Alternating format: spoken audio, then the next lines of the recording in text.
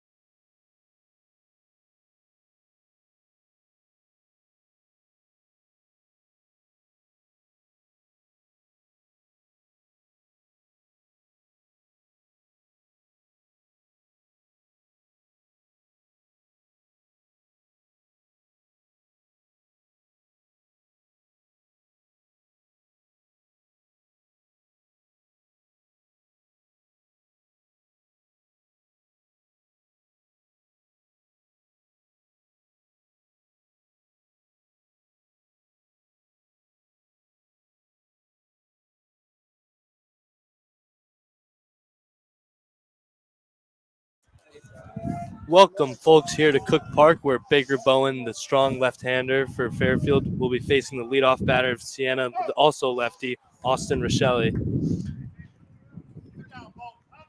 Wind's blowing here. Lefty on lefty matchup.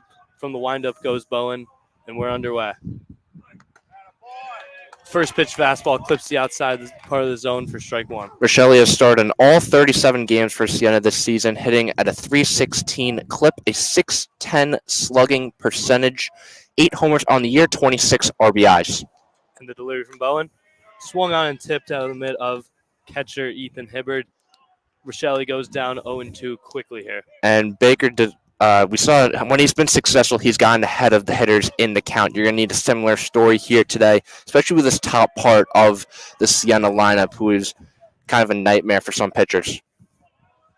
The 0-2 from Bowen. Swung on and missed for the first strikeout of the ball game from Bowen. Can't ask for a much better start here for Baker. 3 pitches and 1 out. Yeah, that's got to feel good from Bowen after having a rocky start. His last appearance against Mount St. Mary's, he goes, as Andrew said, 1, 2, 3, strike 1, strike 2, strike 3, and the boys throw it around. And now we have 1 out here. Randall Hine will be stepping up to the dish, hitting at .272 this season. The delivery from Bowen to the shortstop. Fastball cut on and missed. Hine, not known for his power, however, hits at a high rate. He has 12 RBIs on the season and 32 drawn walks to lead the Saints this season. And the delivery from Bowen is fouled down the right field side, out of play into Rafferty Stadium. Beautiful afternoon here at Rafferty Stadium. We had Janelle Brown and Megan Anderson throughout the first pitches to celebrate Fairfield women's basketball historic season. Great atmosphere on this Friday afternoon. With the 0-2 from Bowen. And that off-speed just misses high for the first ball of the evening from Bowen.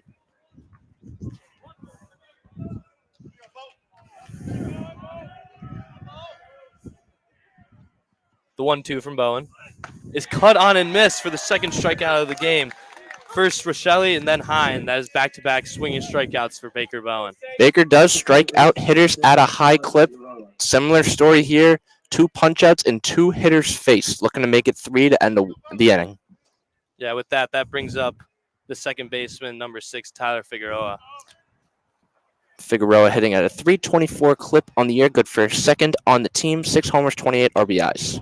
First pitch at bat is a fastball. It just misses high for ball 1.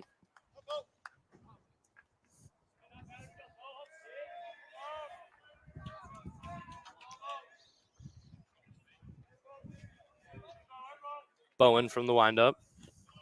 Breaking ball in the dirt. Held off from Figueroa.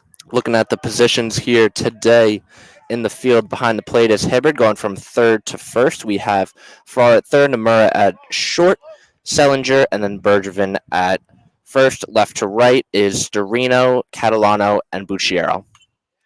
Third pitch at bat is fouled into the netting. DHing today will be Tyler Kipp, the sophomore out of Monroe, Connecticut. 2-1's the count to Figueroa. Breaking ball misses high. First hitter Baker has fallen behind on. Just need a quality pitch here and hit the zone.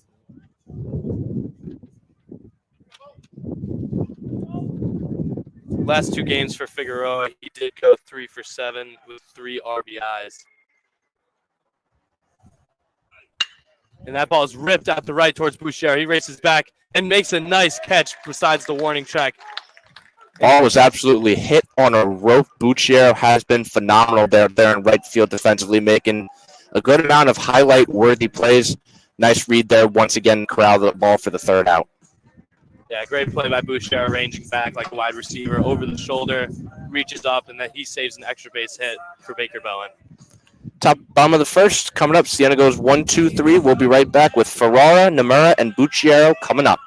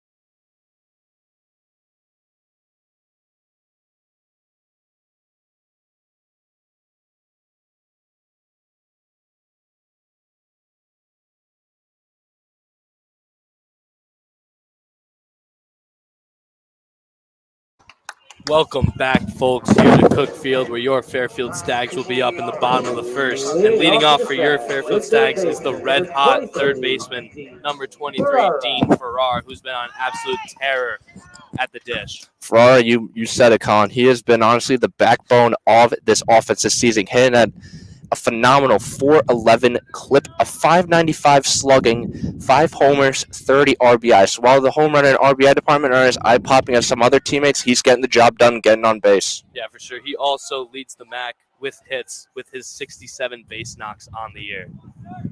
With the first pitch to Ferrara, and that is out into the lefty's batter's box and could not be handled by the catcher for ball 1. Ferrara usually likes to jump on first pitches, but that one he could not hit with a boat paddle. Second pitch of that bat is fouled back into the netting for strike 1.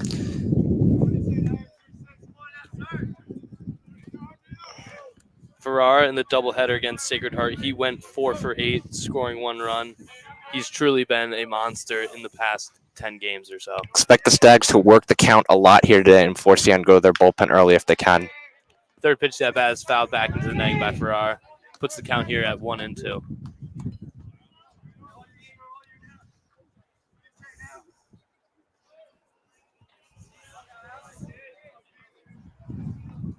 The 1-2. That's dribbled, is grounded to first base, flipped over to Alistair, the pitcher, for the first out of the inning. A little bit of a bobble there defensively. Nonetheless, nice, calm, cool, and collected play there by the first baseman. Yeah, Nick Bergamoto, that ball was hit on a rope on the ground to the first baseman. He knocked it down, and Alistair, the pitcher, did a great job in getting over. And with that, that'll bring up the shortstop, number 2, Luke Nomura. Nomura heading at a 311 clip this year. First pitch to that bat is cut on and missed by Luke Nomura. Stags have averaged over 10 runs per game in the past 4. Fun fact of the day. As that second pitch is grounded towards the Siena Saints dugout on the third baseline.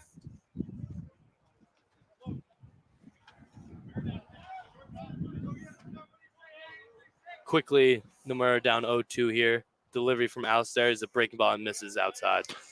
Yeah, Alistair is going to look to get ahead of these Stag hitters here today. The Stags will make you work, and they love drawing walks and having the next man step up and drive him in. So Alistair's got to avoid putting runners on base. The 1-2, that's in the dirt, and that'll even the count here.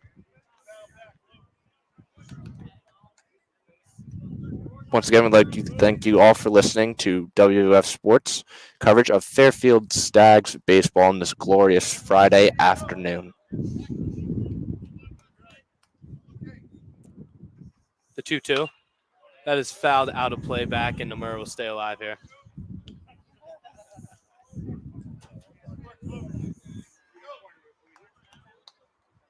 Count still 2. 6th pitch of the at-bat, I want to say now. So Nomura really making Alistair work, or more and work.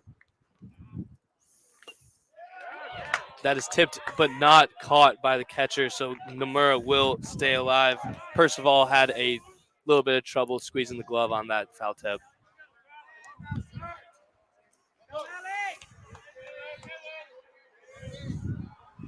With the 7th pitch of the at-bat. That is a breaking ball. It just misses the zone, and we'll put the count full here to the shortstop in Nomura. From 0-2 to 3-2, it's a bend but not break approach here for Nomura, trying to be a first runner on base with 1 out here in the bottom of the first.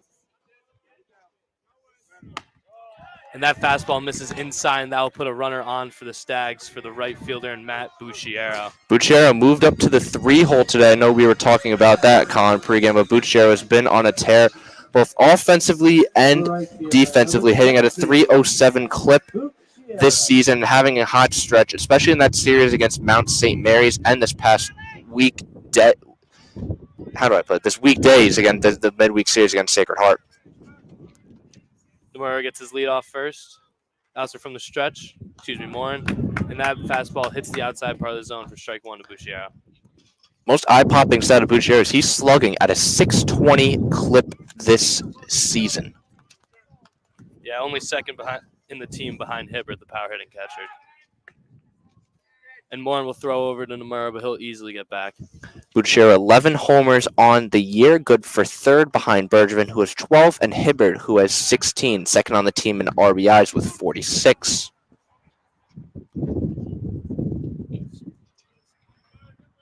The 0-1 from the stretch. That's a high fastball that Bucciero lays off of. Bucciero, 6'2", 215, but he can move really well. He has 3 triples on the year, and as we saw in the first half, in the top of the first, he can move. He got a nice fly ball out in right field. As Morin throws over to Nomura, he'll easily get back. And that versatility that you mentioned, Colin, that's one of those things coaches love. A player who is a jack of all trades, who can help out in so many situations, whether that's defensively, offensively, or even on the bases. Yeah, it's been twice this at-bat that Morin has thrown over to Nomura. He has 11 steals on the year, and Nomura takes off. Bucciero swings and miss, and Percival cannot squeeze the glove, and Nomura will easily have his 12th stolen base on the year on 14 attempts. Good jump there by Nomura. That eliminates the double play possibility with the count 1-2 here. Big hole in between the second baseman and first baseman. If Bucciero can get one through that hole, it's guaranteed to score Nomura. Yeah, Figueroa holding on Nomura at second. And that ball is grounded to shortstop by Bucciero. Hine will throw over to first, and Bergamoto will make a nice stretching catch at first to put Bucciero out. Yeah, nice stretch there by the first baseman, Bergamoto. Don't want to say saving it. Definitely had to stretch more than he would have liked on that play, though, nonetheless. And with that put out by Hine, it'll bring up the dangerous power-hitting catcher, Ethan Hibbert. Video game numbers for Hibbert, certainly. 378 clip, 16 homers, 55 RBIs, a slugging percentage of .770. First pitch at bat to Hibbert, and that will hit him in the Evo shield on the elbow. Hibbert appears to be okay and walks that one off. Runners on second and first now. 2 outs with Bergevin coming up. Bergevin hasn't played in a couple games, but he does get the start here at first base. Bergevin struck out at a higher clip he's used to this past month, trying to drive the first run in of the game here. First pitch at bat. That is a breaking ball that misses early here to Bergevin. Up 1-0 in the count. The senior first baseman out of Tempe, Arizona, is second on the team in homers with 12 this season.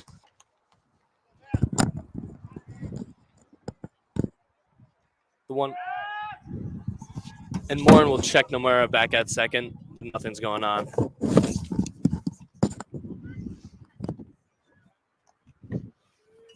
Two men on, 2 out here for number 24, the first baseman, Matt Bergevin. Outfield is shaded a little towards left. And that pitch is in the dirt, but handled by Percival.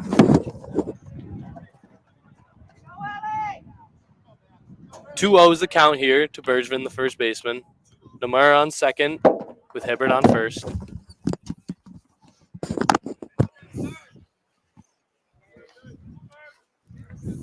And the 2-0.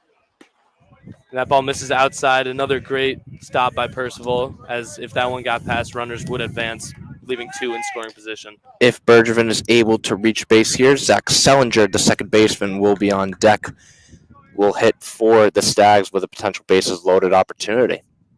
And 3-0. And that one almost clips Bergevin, but that will be a 4-pitch walk for the first baseman, putting up the second baseman, Zach Sellinger. Second walk of the game from Morin already. Pitch count already out 22. He needs to get out of this inning sooner rather than later. Sellinger hitting at a 309 clip, a 443 slugging this year. First pitch to Sellinger.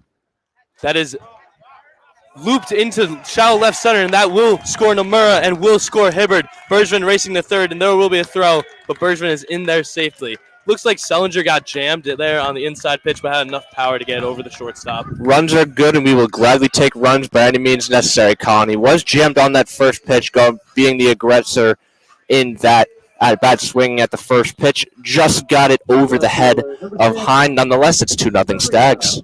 love to see 2 on the board early here for the Stags. That's got to put a smile on Baker Bowen's face, knowing he's got some insurance on his back. Shockingly enough, that was only the first hit of the game, as Hibbard was hit by a pitch and the 2 walks to Nomura and Nick Storino will swing at the first pitch, sky it high down the third base line, foul territory. They're having trouble, and that ball will fall foul, putting only 1 strike on the board, keeping this inning alive. And the sun is glaring. Nonetheless, you cannot give the Stags any extra opportunities. Storino, we see he's aggressive in the batter's box, swinging at the first pitch. Expect that to be a common theme in today's game amongst the Stag hitters. Yeah. Storino batting from the left side here. He is the starting left fielder for your Fairfield Stags today, as we have Sellinger leading off of first and Bergman on third. And Sellinger will take second on a delayed steal there. But Storino will look at a called strike, putting him down here 0-2 with 2 runners in scoring position. That's a great heads-up play by Sellinger. Percival was caught napping behind the plate, and Sellinger took advantage. Third and second now. 0-2 with 2 runners in scoring positions. And Storino will check his swing on that ball. That's what you call a last-minute check swing. Boy, that was...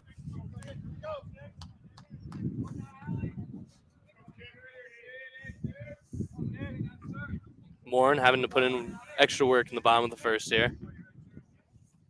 The 1-2. That ball misses low, evening the count. Outfield is a little shallow here for Storino with 2 outs. Last thing you want is back-to-back bloop hits that drive in runs, so Siena doesn't want to take any chances with anything over their heads. Yeah, they want to make Storino earn this hit here. And that ball's ripped down the first base line, but just foul. It just misses the first base bag. Yeah, bang play there. Nice rip off the bat of Storino. Just fell there. First base umpire thought that was fair. However, count is 2-2. 2 outs. Yeah, if that ball was fair, that would have Bergman would have walked home, would have pranced home, and Sellinger would have easily scored from second. I like that word, prance. I won't say gallop, but not prance is good. And that ball misses high here, and from, as Andrew said earlier, from 0-2 to 3-2, Alistair Morin is having a little trouble finding the strike zone here. And these Stags hitters, they make you work. Despite the fact that they only have 1 hit on the game, they have gotten on base and threatened by other means, playing some small ball, if you will. Yeah. Full count here with 2 outs. And that ball misses high to Storino, loading the bases again. Tyler Kipp now stepping up to the dish for his first at-bat this afternoon. Number 20. Kipp has been a part of a rotation of players that have rotated in and out of that designated hitter spot. He's played 14 games, started 6 this season, has hit at a .393 clip, a .536 slugging in 28 at-bats this season, as we're going to have a mound visit here, first of the game for Siena. Gotta say, Colin, north of, I think, 30 pitches now, Siena, you got to be in damage control at this point. The score is only 2-0, although it feels like a lot larger, because when you see a pitch count that high in the first inning 30, you're thinking 5-6 runs. So this is not the end of the world. Just calm things down, try to get out of the inning. You only need 1 out. You can't overcomplicate things and try to do too much. Yeah, for sure. Coach is probably just trying to calm him down here, letting the infield know, forces everywhere. Make the easiest play you can. Your defense has got your back here. You just got to trust in your stuff. As this meeting is now adjourned, the position players will be taking their spots. And that, as we said, that'll bring up the DH in Tyler Kipp. Bergevin's on third, Sellinger's on second. Storino's on first, and Tyler Kipp is at the plate trying to extend the Stags' lead here early.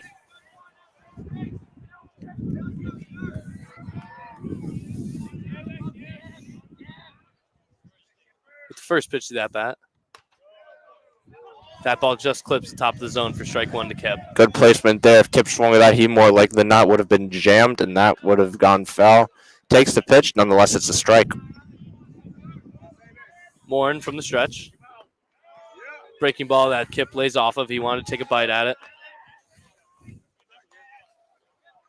Kipp doesn't feel like he has to string the bat. He can't let the possibility of a grand slam get to his head, because if he draws a walk, he gets an RBI. Yeah, there has been back-to-back. And that is grounded to the shortstop and Hine. Hine will throw it over to second at Figueroa, and that will end the first inning here at Alumni Diamond. Stags get 2 runs on 1 hit, no errors. But a little bit of small ball, got a hit by pitch and a few walks. Selinger with a blue pit makes it 2-0 Stags. We'll be back for the top of the second in a little bit.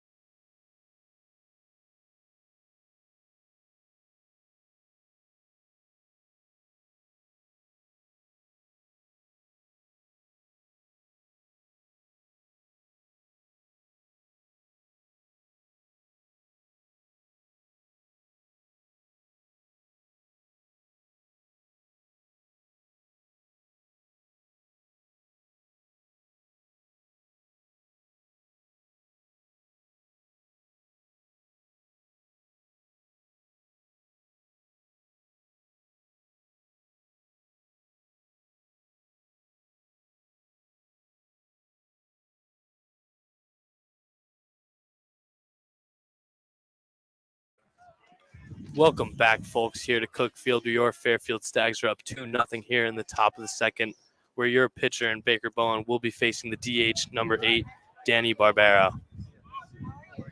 Stags scored 2 runs on 1 hit, and you cannot complain with that.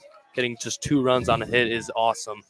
Barbero 4th on the team in batting average, at a .272 clip in 36 games played so far this season. First pitch from Bowen was a breaking ball, but he couldn't get to spin. Yeah, and Bowen was on the bench for a while. He was resting for a while to see if that may or may not affect his command. His pitch count is still relatively low, so that's good to see. Second pitch to the at-bat is a fastball that just misses inside, putting the count here to 2-0.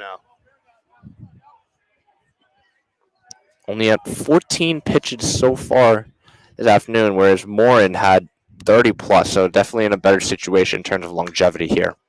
Third pitch to at-bat is fouled back into the netting, putting the count to 2-1.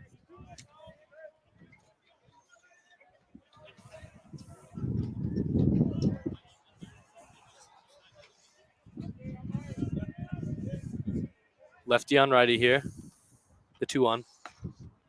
And that pitch just misses the zone, putting Barbero here in a hitter's count here at 3-1. Siena Saints looking for their first base runner of the afternoon. The 3-1 from Bowen. That is lifted into center field towards Catalano. Catalano sizes it up, and he will put Barbero down for the first out of the inning. Good job there, forcing a pitch that Barbero had to swing at. Gets an out when he is behind the count. That certainly is a recipe for success, and that bad Baker will gladly take. Yeah, Barbero is definitely mad at himself there. He definitely missed that pitch. He wanted to give it a ride. He does lead the Siena States in home runs, along with the leadoff hitter in Rochelle with 8. Got Bergamatto, the first baseman, stepping in now. Yeah, and the first pitch to Bergamatto is a fastball that misses high, putting the count to 1-0.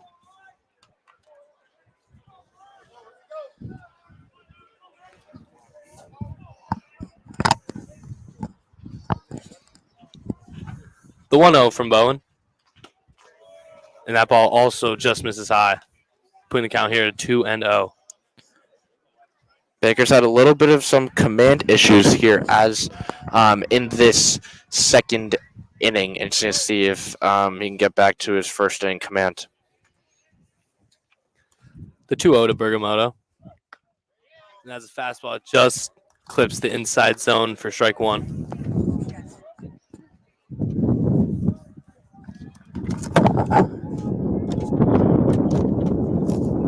Two ones the count here to the first baseman. Delivery from Bowen. That is grounded softly to Ferrara at third. Ferrara will make a running throw over to Bergman, but that is wild. But Bergamatto will only be able to stay at first, as there's a good backup by the catcher in Ethan Hibbard. Yeah, if it weren't for Hibbard there, Bergamatto would have been at second base. High IQ play there by Hebert. Bergevin wanted to go for that ball. However, if interfered with the base runner's path, almost certainly would have led to a collision. Yeah, that would have taken a great throw from Farrar at third. That ball was chopped, and Farrar was playing back. He had to come in hard, glove it, and make a running throw. Tough play, but that will put a man on first for the Saints here with one out. Bringing up number 20, the center fielder, Gavin Thornburn. The delivery from Bowen. That is cut on and missed by Thornburn. Thornburn on the year, hitting at a .259 clip in 32 games played, as 1 homer and 13 RBIs. Bergamoto gets his lead off first. The delivery from Bowen. Handled well by Hibbert behind the dish, but that ball misses. Score is only 2-0. Siena 1 hit. Fairfield, on the other hand, only has 1 hit. Has relied on patience and discipline so far this game. The 1-1 from Bowen. That one's in the dirt, but handled by Hibbert.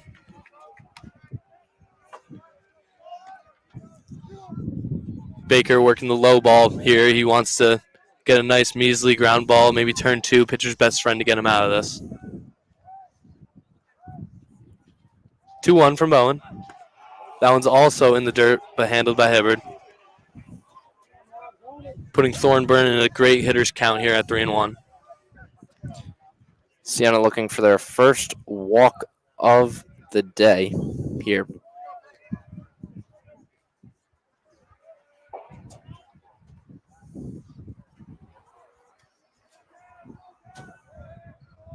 Bowen, the lefty from the stretch.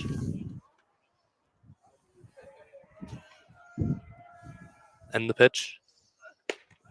That one misses inside, having 2 runners on here with the walk from Thornburn, having Bergamoto at second now. And Baker had a 4-to-1 strikeout to walk ratio coming into the game, more specifically 56 strikeouts to 19 walks, being the applied stat minor that I am. I love those statistics.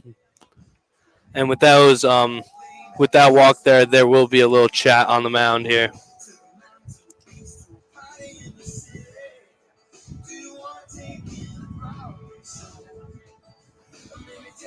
With that walk from Thornburn, that will bring up the right fielder, number 33, Luke Olbert. Hitting at a .230 clip on the year in 16 games started, 22 games played overall. 2 home runs, 8 RBIs, slugging a .393. Can't do too much here. The last thing you need for the Saints, is a double play ball, especially given how big that hole is once again between Sellinger and Bergevin. An oppo hit would almost certainly bring Bergamoto home. Yeah, Sellinger, the second baseman, is holding on Bergamoto at second, with the first pitch of the bat being a strike zone, that is peppered in there. And we'll put Bowen up here, 0-1 here with 1 out with 2 men on. Great job there again to head in the count early. Last thing you do is fall behind, because then that command can get sporadic. The 0-1 is ripped to left field over to Storino, and Storino will make a nice jumping play and get it in quickly to the shortstop, Nomura. Ball was ripped off the bat of Olbert. Nonetheless, Storino was in the right place at the right time for the second out. Yeah, that was a great play by Storino over and left. Definitely saved a run there. If that one fell, Bergamoto would have easily strolled in from second base. And with that put out by Storino and left, I'll bring up the catcher, number 23, Louis Percival. Hitting at a .269 clip on the year is .372 OBP. As the first pitch from Bowen is fouled out of play by the catcher in Percival. Pitch count approaching 30 now for Baker. 2 outs here in the top of the second. The lefty delivers. That was ripped to Bruchier over and right, and Bruchier looks like he's got a beat on and will easily glove that ball in right field. No damage done there from the Saints, even though they had 1 on scoring position and a man on first. Stags defense helps Baker here escape the inning unscathed. Siena no runs on 1 hit and one walk. Score is 2-0 Fairfield as they're going to come up for the second time this game so far, as Catalano will be leading off for the Stags. We'll be right back shortly.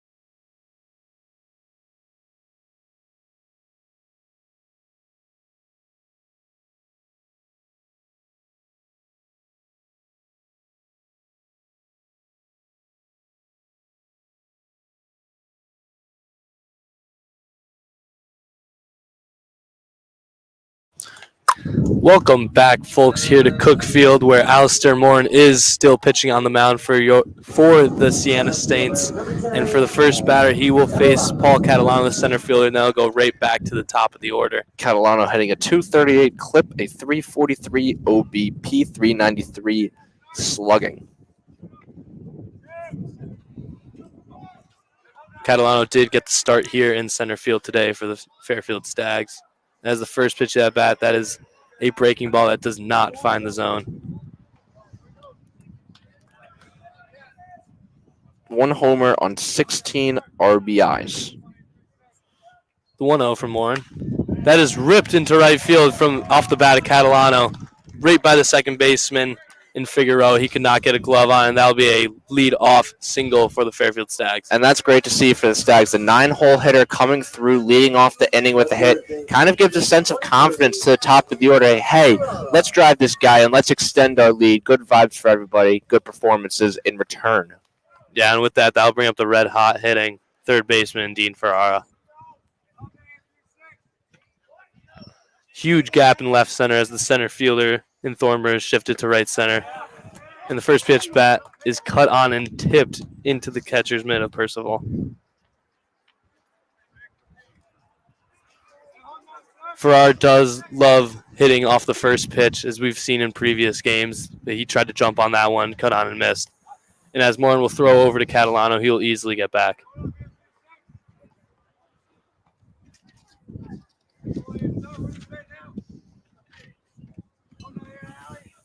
Ferrara did ground out to first base. His first at bat, flip to Morin, was the put out. The 0-1 is ripped past the third baseman in Stenson. And that'll be a nice base knock for Ferrara. Smoked off the bat of Ferrara to save the Leafs. Continues his hot stretch here. Stags threatening, looking to add more. Yeah, great piece of hitting there from Ferrara. He loves going oppo, but he does rip the ball when he gets on it down the third base line. That ball was smoked. And Stenson, he just had to get out of the way of that one. That ball was ripped. Luke Nomura stepping up to the dish now. Drew a walk in his first at-bat and scored on the Selinger 2-run bloop single. Yeah, the corners are in for the Saints now. They're watching out for a bunt from Nomura. And it seems to be Nomura swinging away, and he'll take the first pitch fastball inside for ball one.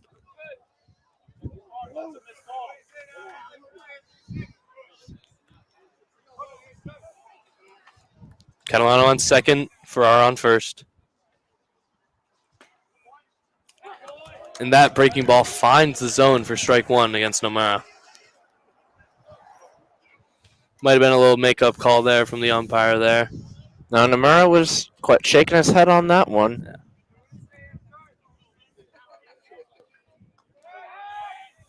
Catalano being held on by the shortstop behind. There's a little throwback, but nothing going on there. We have seen more and more, more often than not, be hesitant and check on those runners. No, I'd say 9 out of 10 times you're going to make an accurate throw. However, there could be that one that goes over the head of a second baseman or first base, which can extend the runners, which can create havoc on the base pads. Yeah. The 1-1 from Warren is in the dirt but blocked by the catcher in Percival. That's a great scoop by Percival to prevent the runners from advancing. Yeah, Ferrara got a big jump on that, but he didn't notice that Catalano was not going from second, so he had to hustle back to first.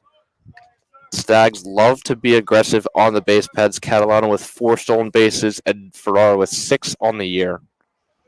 The 2-1. And that ball finds the outside part of the zone to even the count here at 2-2. 2 men on, no one out here for the shortstop in Nomura. Bucciero will be on deck for your Stags. 0 of 1 on the game so far. The 2-2.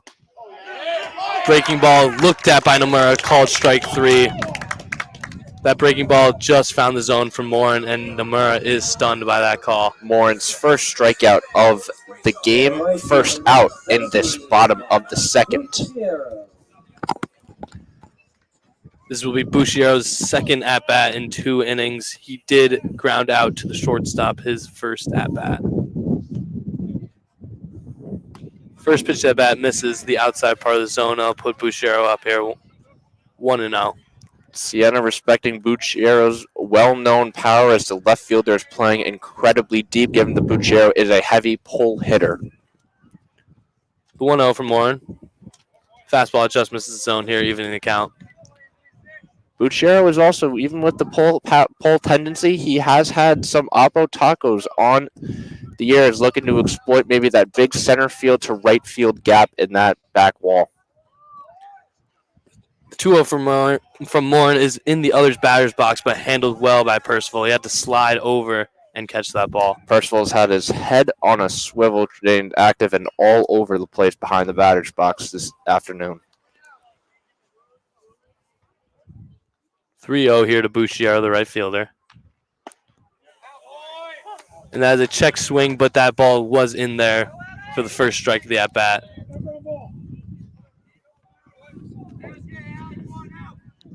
3-1 here to Bucciero. And the pitch is inside, almost clipped Bucciero, but he gets out of the way, and that'll leave the bases loaded for the power-hitting catcher, number 31, Ethan Hibbert. Big opportunity here for the Stags to blow this game wide open. I know it's only the bottom of the second inning, but when the Stags score runs, they can do it in bunches.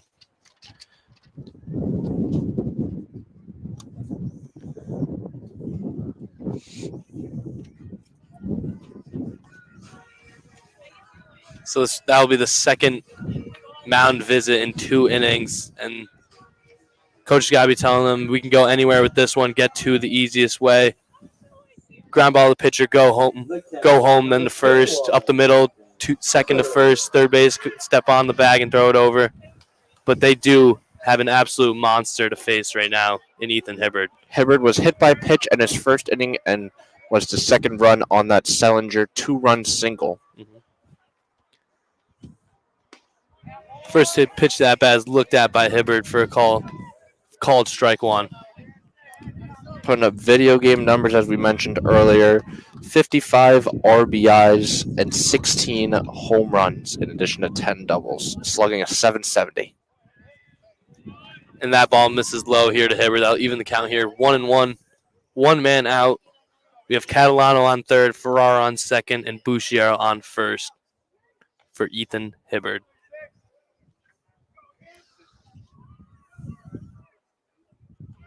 And the pitch from Morin. That one is way outside, handled well by Percival. He's been burning his calories back there for sure. Stags have bases loaded, 1 out. Hibbert in the driver's seat with a 2-1 count. Yeah, I wouldn't want anyone else at bat here. And that ball just misses the outside part of the zone, putting a 3-1 count to the number 31 catcher, Ethan Hibbert here. He just wants to give a ball a ride here. Do not expect Hibbert to go down quietly. That ball is chopped foul down the third baseline, handled by Bill Courier, the head coach of Fairfield. He's still got it. Yeah, he's definitely got to keep his head on a swivel there, and right by third base with Hibbert up now. Count is full here. Bases loaded, 1 out.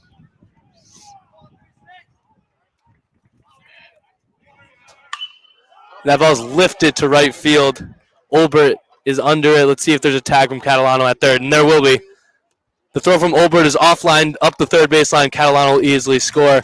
Farrar will go to third, and that'll leave Bushiero at first. Good piece of hitting there with 2 strikes from You Hibbert. didn't overcomplicate things. You just needed to have a productive at bat. Hibbert did just that with a sac fly to right field. 3-0 Stags here. Yeah, great base running by Ferrara, too. You know the throw was going home there, and he got to third easily. So Catalano scores. It's 3-0. Bergevin coming up to the plate now drew a walk in his first at-bat. Yep, runners on the corners here for the first baseman. Morin from the stretch. That fastball hits the outside part of the zone for strike 1. Let's see if Bouchiera takes off for second here. Causes a little havoc. He does have a pretty good lead.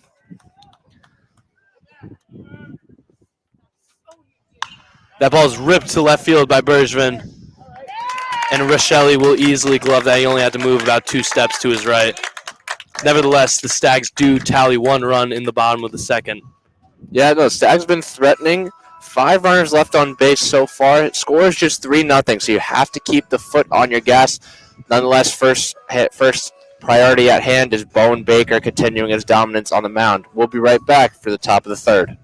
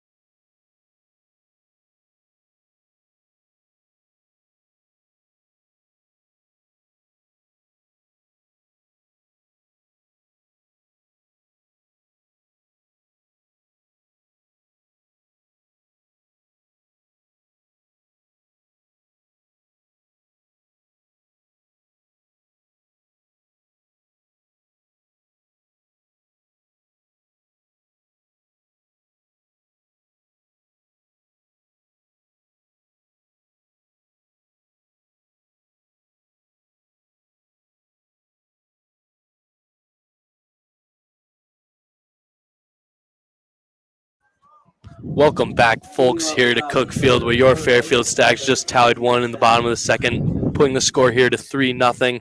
We still have Baker Bowen shoving on the mound here in the top of the third. And first batter he'll face is the third baseman, number 7, Kobe Stenson, and then he'll go to the top of the order for the Siena Stains. First pitch of the inning from Bowen. That is cut on and fouled back. Stenson hitting at a 222 clip with a 358 OBP this season.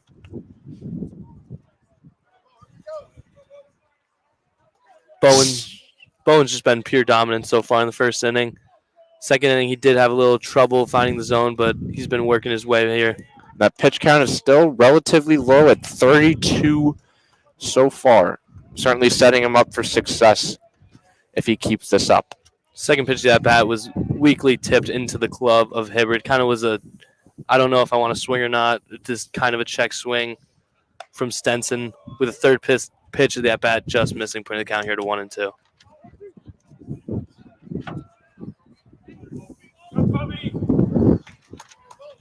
One, 2 here to the 9-hitter in Stenson. Bowen from the windup. And that ball just misses high, even in the count here.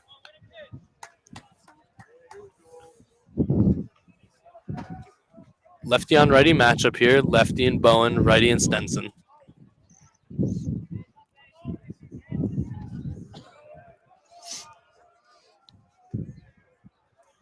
The delivery from Bowen.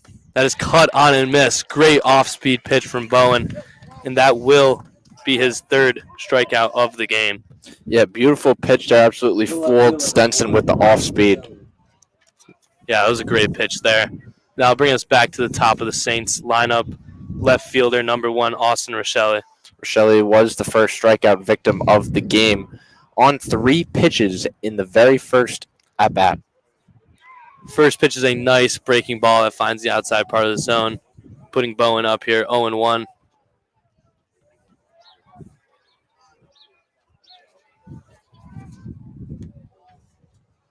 Second pitch at bat from Bowen. That is lined to opposite field to Storino, and he'll field it on 3 hops and throw it into Nomura at short. Great piece of hitting there by the leadoff man, taking that pitch where it was and shooting it the other way. Yeah, Rochelle saw the ball really well there, drove it to the opposite part of the field and left field for the Saints' second hit of the game. Saints have a runner on first with 1 out here.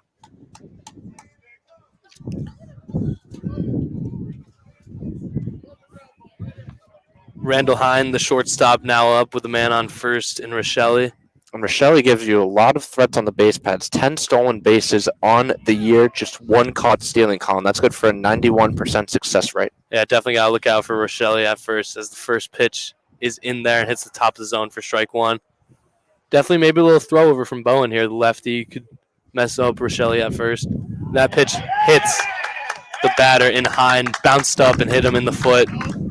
Breaking ball, didn't get a good grip on it and kind of lost it right there. It is 3-0. However, the lead is far from safe, and the Saints have runners on second and first with just 1 out, with Figueroa coming up. Yeah, Figueroa in his first at bat did fly out to Bushiero. Bushiero made a nice play ranging back. But let's see what happens here in his second at bat here in the top of the third. Bowen will check Rochelle over at second, but nothing's going on. Sellinger, the second baseman, will be holding him on this at bat.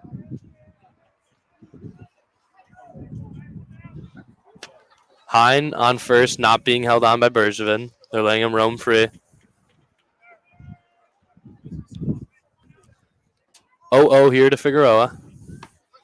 Off-speed pitch that just hits the top zone here. Yeah, Baker would love nothing more than a double play ball here to get out of this inning unscathed. Yeah, pitcher's best friend would be amazing here. And that is ripped to left field to Storino. Looks like he's got a beat on. He will glove that for the second out of the inning, and the runners will retreat back to their bases. Huge second out there for Baker as the runners stay put. Yeah, it seemed like Figueroa, he really wanted – that ball was on the outside part of the plate, but he wanted to pull that one, not getting the most power he could on that ball. Barbero stepping up to the plate now, who flew out to Catalano in his first at-bat in the second inning. Yeah, Barbero here, one of the more well-known power hitters on the Saints lineup, has 2 men on for him here with 2 outs. As the first pitch will be tipped into the mitt of Hibbard.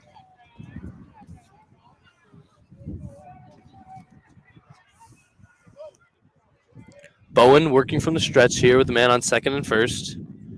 2 outs here. That pitch is fouled out of play into Rafferty Stadium, putting Bowen in a favorable count here at 0-2. Want to congratulate the men's lacrosse team here at Fairfield for advancing to the CAA championship for the first time since 2016. Great season for those boys there, and the vibes are high on Fairfield Athletics as a whole right now. Yeah, you got to love it here, being a Fairfield student.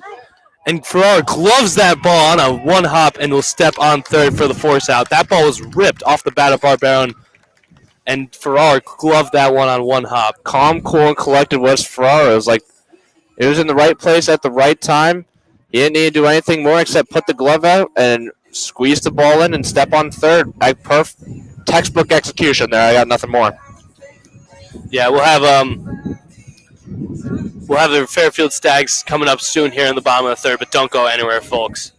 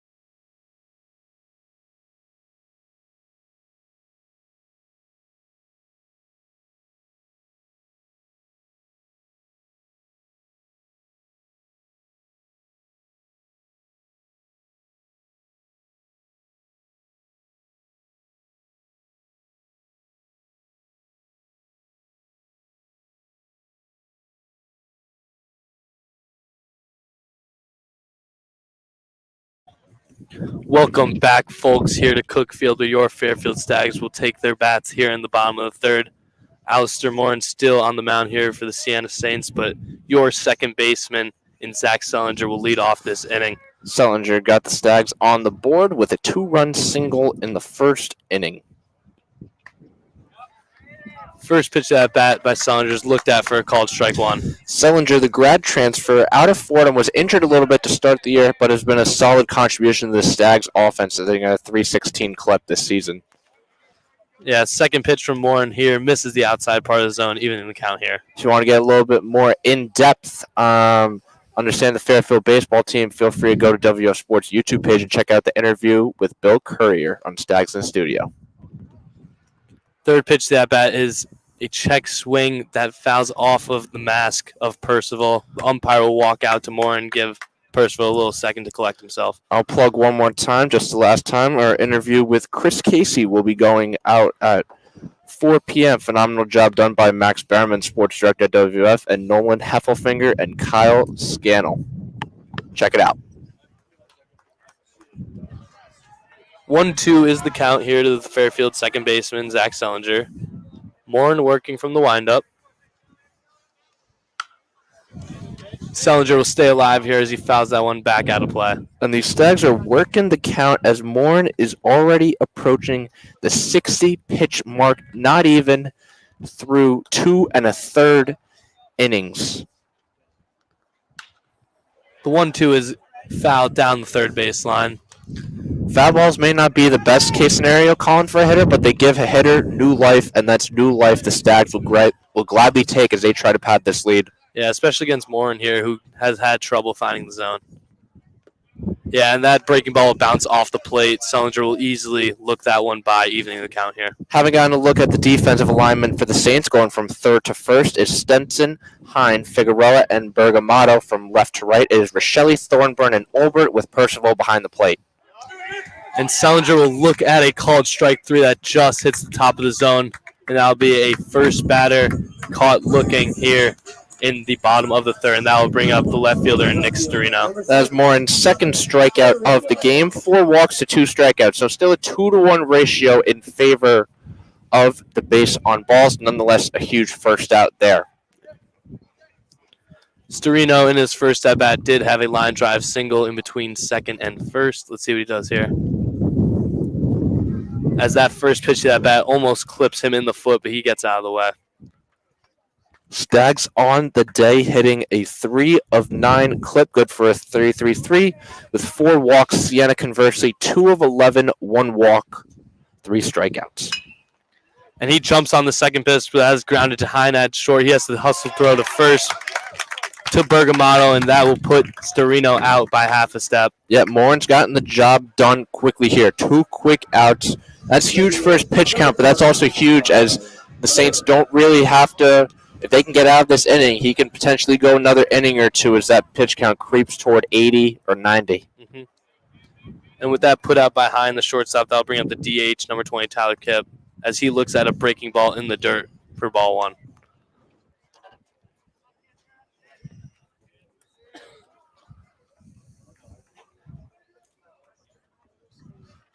(1-0) from Morin. That's a fastball that hits the outside zone, putting the count even here, 1-1.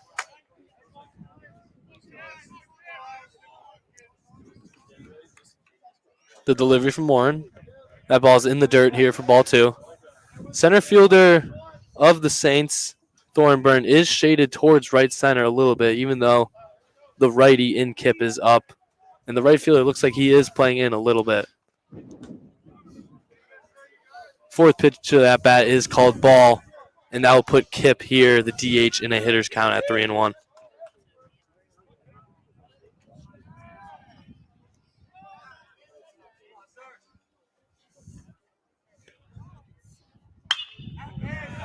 As that pitch is fouled out of play into Rafferty, that puts the count full here.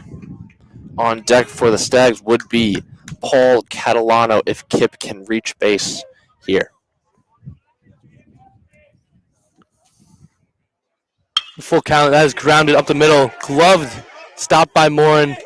On the first to Bergamato. That ball was grounded to Alistar. He knocked it down with his glove, collected himself, and threw it on the first to end the inning. Great inning there by Moore, who has settled down since his rocky first inning, giving up 2 runs and having 8 Stags go to the plate. That first inning has certainly settled down and is in a good position here as the Saints only find themselves down 3. Stags got to keep up the good pitching and keep up the good defense, Colin. Yeah, for sure. Don't go anywhere, folks, because we'll be right back with Baker Bowen on the mound.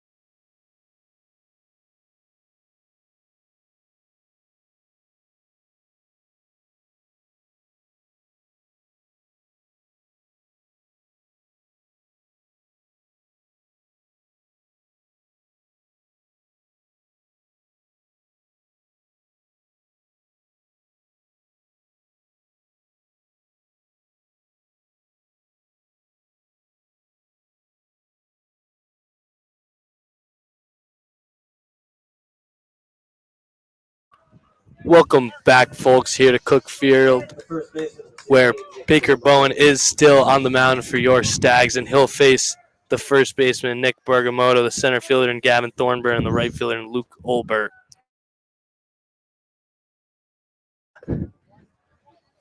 As that first pitch is a breaking ball in there for strike 1. Bergamoto reached on a single in his first at bat in the second inning, 1 of 2 hits on the day for the Saints. As the second pitch to that bat just misses high here.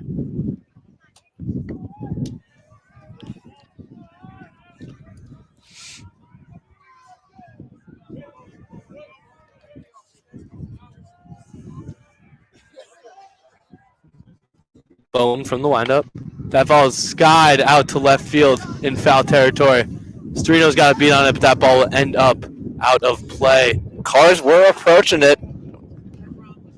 Yeah, almost have not had a ball approach a car. Honestly, I don't think that close. So exciting for us, but nope, honestly not for them. Thankfully, everyone's okay though. Yeah, if that Tesla was going 5 miles an hour faster, that could have had a windshield break right there. I remember Tyler O'Neill when he absolutely ripped a baseball over Fenway, which hit a windshield, and we saw with spring training, Ellie De La Cruz did to Hunter Green's car. So trying to avoid that at all costs. As that pitch just misses outside, putting the count even here to the first baseman in Bergamoto at 2-2.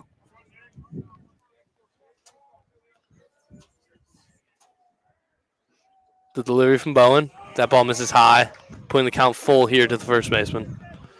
Nice plate discipline here from Bergamoto so far, trying to get the second walk of the day for the Saints. The 3-2 here, the first baseman. That is ripped into left field, and no one can get a glove on that. Storino will field it. Bergamoto rounds first, is heading for second. The throw in from Storino, and that will be late for a lead-off double for Bergamoto of the Saints. Bergamoto saw the ball really well and hit the ball really well. It was a lazy ball, lazy little bit of a dribbler. Once it hit the left field area, that enabled Bergamoto to reach second, now 2 of 2 on the day, accounting for 2 of the 3 hits for the Saints. Yeah, as you said, that ball kind of died when it hit. Bergamoto doesn't have the greatest speed on him, but he was hustling 2 straight out of the box. Given just the dimensions of Alumni Diamond, how spacious it is, how much green the fans and ourselves see from this angle, it enables base runners, and honestly, it favors offense, and that's kind of its theme in baseball across everywhere today. Yeah, with that double from Bergamoto, that'll bring up the center fielder and Gavin Thornburg as he looks at a first pitch ball that misses high and outside. Thornburn drew the walk in the top of the second inning. The 1-0. That ball's in the dirt, held off by Thornburg, putting the count here to 2-0.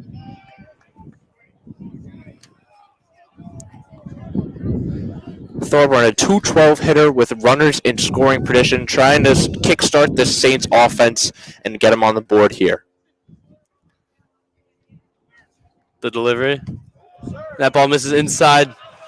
Popped out of the glove of Hibbard. Bergamoto was kind of shuffling in between second and third, but he'll go back to second there. Fortunate bounce there for the Stags. That went toward the third base line, which would have made an easier throw for Hibbard. And Bergamoto, it is Does run from time to time on the bases, but not at a rate his teammates do, as he only has 3 stolen bases on the year.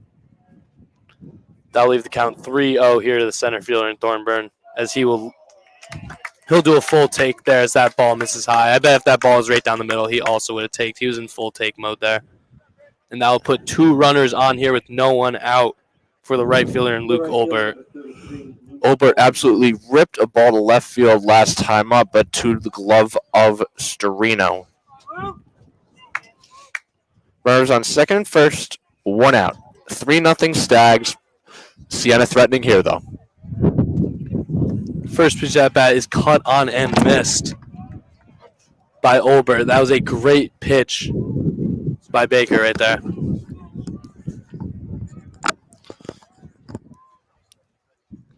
0-1's the count here to the right fielder. Second pitch at bat is fouled back into Hibbard. Not gloved, but knocked down. Good job getting ahead here. You have no outs. All you could do is get one. Doesn't matter if you go 1 out at a time. You will gladly trade an out if you have to advance a base runner in this case, but you need to at least get 1 out here. Yeah, for sure. And let's see if Baker tries to work the lower part of the zone here. Maybe get a pitcher's best friend here. The 0-2. That is grounded up the middle to Sellinger at second base. He will step on second, throw to first at Bergman.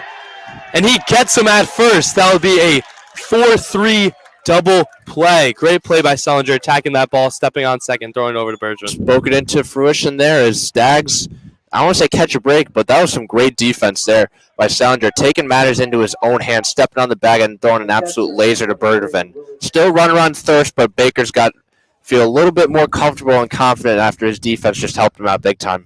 Yeah, for sure. From no outs to 2 outs, even though there is a runner at third, you just got to think we attack the batter here and worry about only him. Now it's just any other at bat if this were no runners on base. As the first pitch of the bat to the catcher, number 23, Louis Percival, is fouled out of play into the parking lot. That's not your truck, is it? Oh, no, that's not mine. All right, good. That's how I'm getting back to the campus.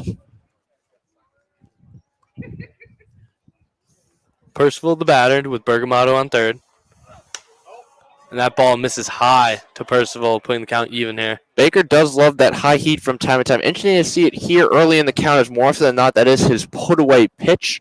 However, wants to set a tone here, it appears, with Percival, who's hitting .266 on the year. Baker from the windup with Bergamatto on third. That ball also misses high here. Baker approaching 60 pitches now. Still in the fourth inning. 2 outs here. Ideally, they would get 90 or 100 pitches out of him unless we have a 3-game set this weekend. Yep. That fourth pitch of the at-bat is in there, looked at by Percival for a called strike. Now we have 2 out. The count is 2-2 with Bergamatto on third for the catcher in Percival. Percival is not a power hitter. No homers on the season. Expect Baker to go high heat here for the put-away. And we all thought that one was in there for called strike 3, but the ump thinks otherwise. Now put the count full here with 2 outs and a man on third. If Percival were to reach here, Kobe Stenson would be on deck.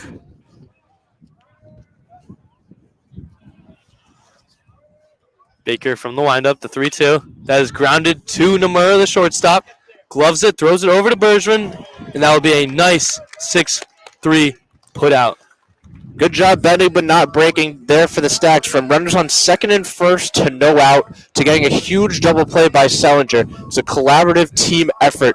Nonetheless, Siena is still scoreless. Yeah, don't go anywhere, folks, for your Fairfield Stags will be up to the plate shortly.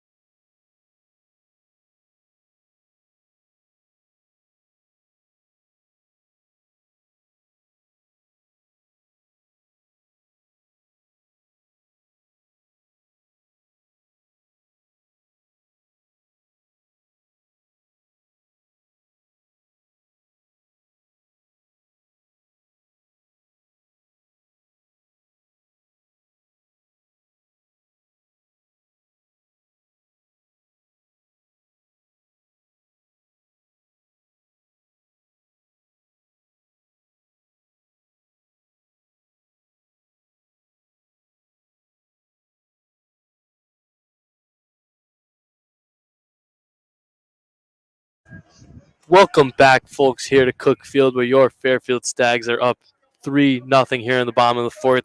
And we'll have the center fielder and Paul Catalano leading us off, having Dean Ferrara up next, followed by Luke Numero, the shortstop. As the first pitch to that bat from Alistair Morin, still pitching for the Saints, is high for ball one.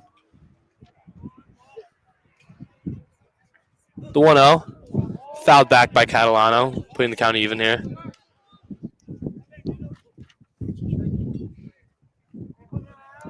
Catalano singled in his first at-bat in the second and ended up scoring. And that fastball is cut on and missed by Catalano. That pitch from Morin had some heat behind it. 1-2 is the count here to the center fielder and Catalano. And that ball misses outside, putting the count to 2-2 to the center fielder.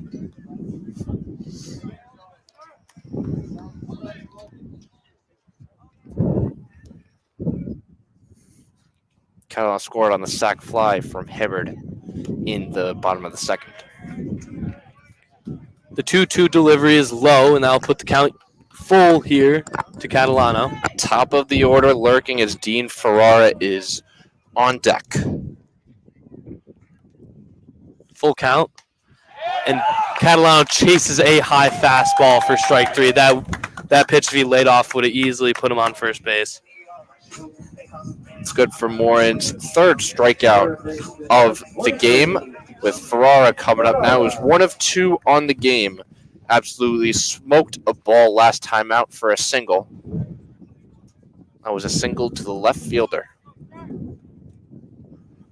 First pitch at bat to Ferrara. That is cut on and fouled back into the catcher. Ferrara, as we said, he loves to jump on the first pitch of the at-bat.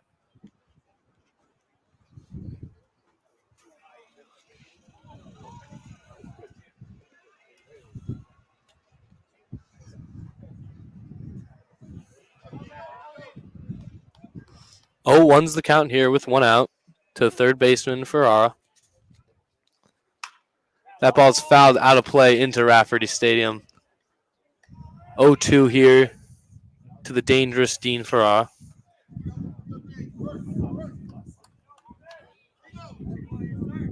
The delivery from Morin.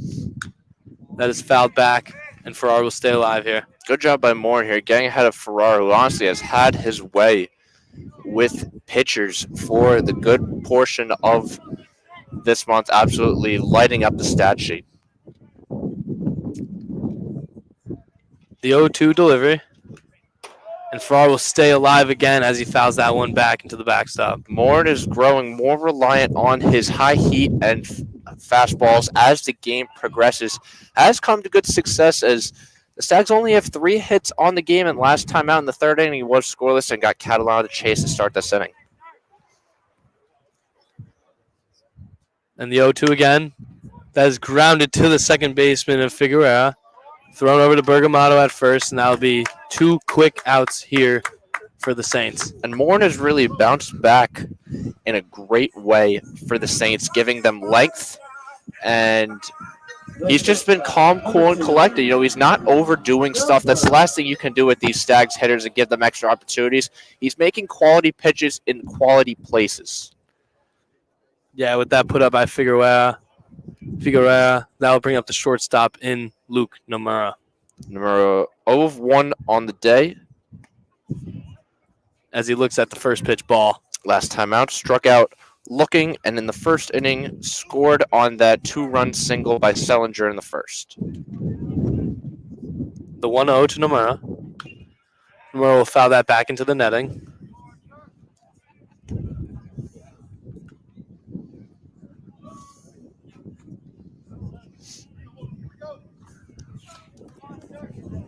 One's the count here with 2 outs to the shortstop Nomura.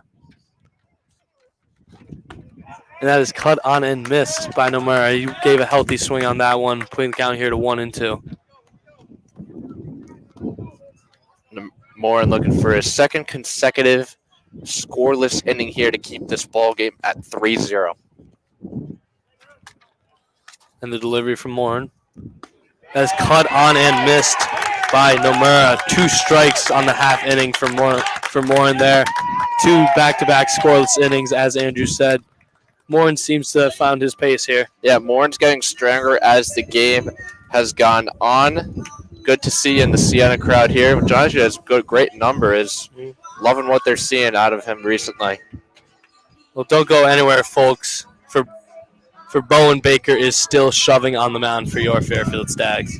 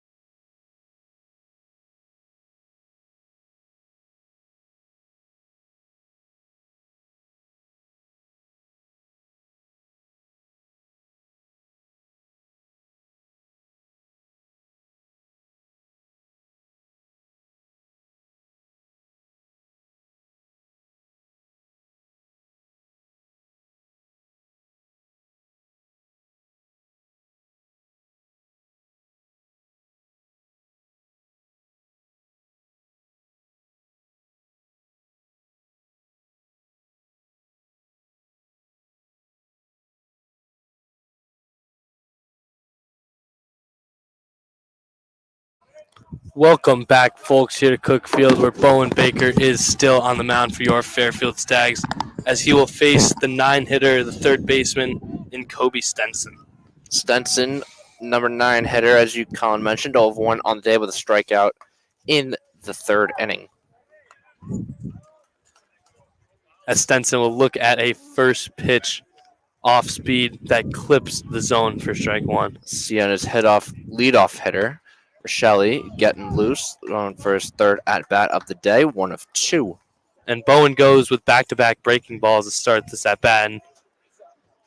And Stenson looks at both of them for called strikes, putting down 0-2 here. And the delivery is on the ground to third at Farrar. Farrar will glove that easily, throw it over to Bergman, and have Stenson out by at least 6 or 7 steps there. That's great footwork and coverage there by Ferrara.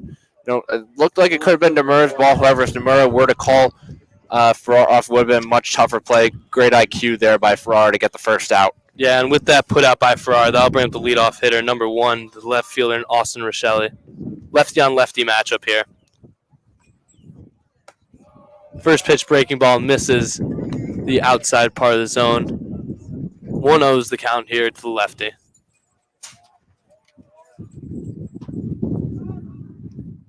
The delivery from Bowen. That ball misses high here.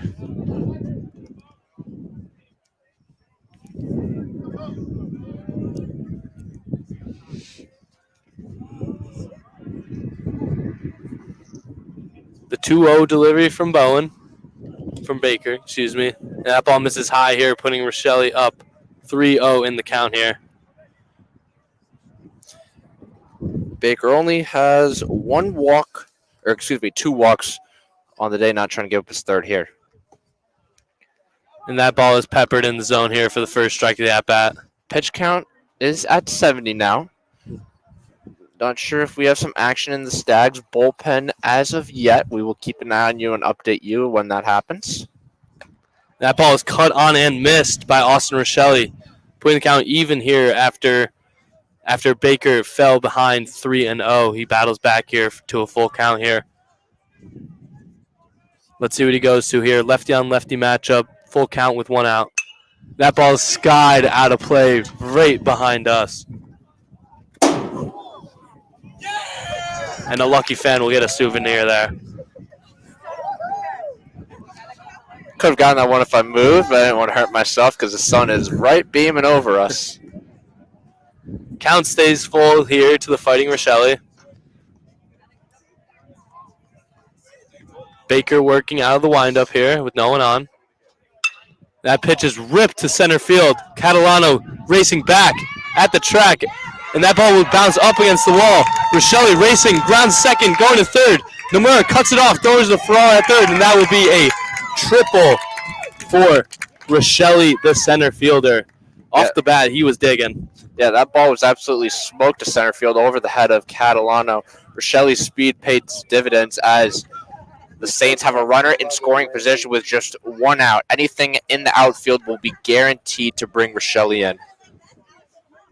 Yeah, the Saints are definitely trying to do anything here to get Rochelle in, and that even being a ground ball by Hine to the right side, that could get Rochelle in because he does have wheels. He was hustling out of the box and got the 3 on that.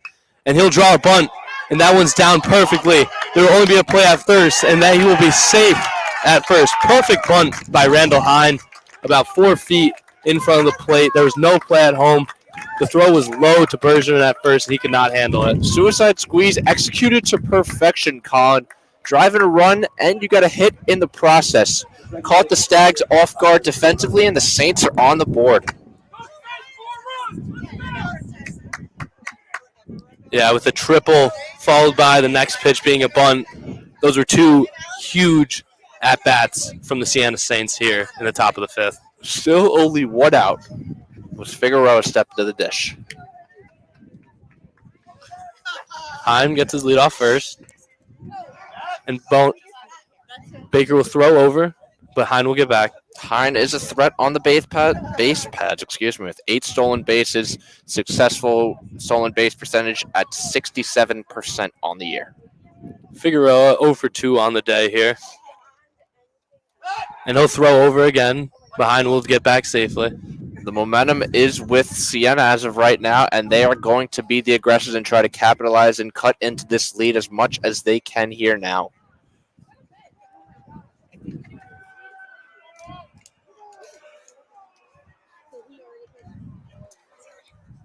Baker from the stretch. That one is fouled out of play into Rafferty.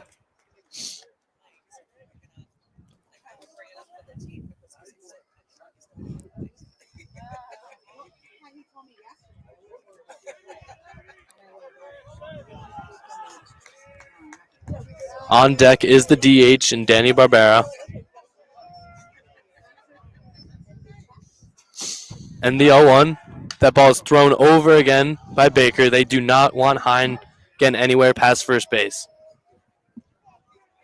Double play ball would be ideal here for the Stags. Bats have gone cold in the last 2 innings. Got to figure with more volume is a better chance to get runs on the board. As the 0-1 is ripped foul down the line. Really gave that one a ride. Yeah, absolutely smoked off the bat of Figueroa. Has 6 homers on the year, so you cannot underestimate his power ability. 0-2 is the count here. I'd like to see Baker work the low zone here again. Definitely get another pitcher's best friends we saw in previous innings. And the pitch. That is a high fastball that is checked and laid off of by Figueroa. Bang, bang play there. Siena's happy with the call. Fairfield is not. Someone's going to be unhappy with one of those types of calls anyway. Oh, yeah.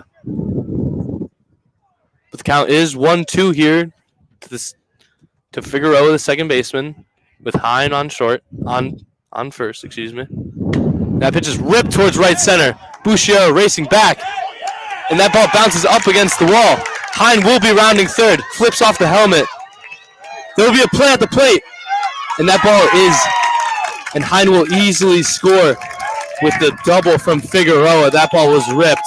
Hine was on his horse off of first base. Siena's plate vision has improved over the course of the game, as that was an absolute laser into the right field gap for Figueroa. Good for another extra base hit, and the Saints are within 1. Yeah, that is back-to-back-to-back hits here for the Saints with 1 out. And who else but the 1-2-3 hitters for them, bringing up their DH in the 4 slot, Danny Barbera. And Colin, that's why those guys are in those respective spots. Mm-hmm. Big-time players are in big-time positions, and big-time players for Siena made big-time plays. And Danny Barbera, the DH, will foul that one back into the screen here. The 1-out magic here in the top of the 5th for the Siena Saints. Getting a triple followed by a suicide squeeze followed by a double, scoring 2 on those 3 hits. And that ball is in there from Baker for strike 2, putting Barbera, the DH, down early 0-2. Baker needs to go 1 bat at a time here. Now at 80 pitches on the game. Still no bullpen activity yet, though someone's going to get loose sooner rather than later for the Stags. And he's taken off. There's a throw over to Ferrara at third, and he is out. And that's a great heads-up play. Yeah. That was a great jump there by Figueroa. Yeah. However, crowd kind of helped in that one.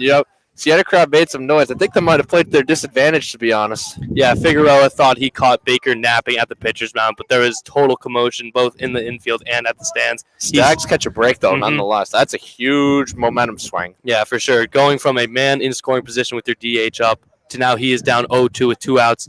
And that will be a cut on and miss from Barbero, and Baker will work out of a jam there. Even though the Saints tally 2 in the top of the 5th, the Stags still lead here 3-2. Yeah, no, defense. Stags have caught a break there with momentum. The bats need to come alive, though, but shut out the last 2 innings. Yeah, don't go anywhere, folks, for your Fairfield bats will be up.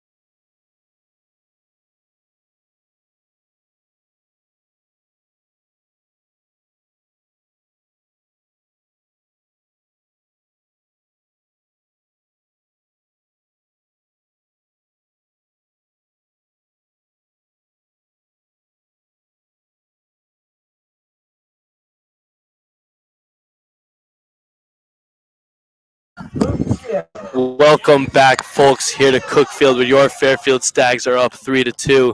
The Siena Saints did tag on 2 runs in the top of the 5th.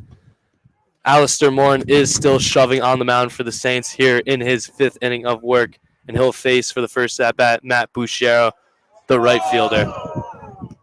As that first pitch just misses the outside part of the zone. Good call by Blue there. That was inside. Second pitch at bat is fouled back by Busciero, putting the count even here.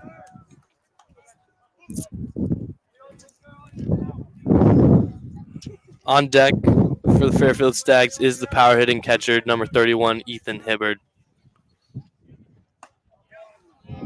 Third pitch at bat just misses here, putting Busciero ahead. Nice job by Buccero's getting in the driver's seat here in this count, trying to get runner on base for the madman Ethan Hibbard. The 2-1 delivery from Morin. That is grounded down the third baseline, but foul here, putting the count even.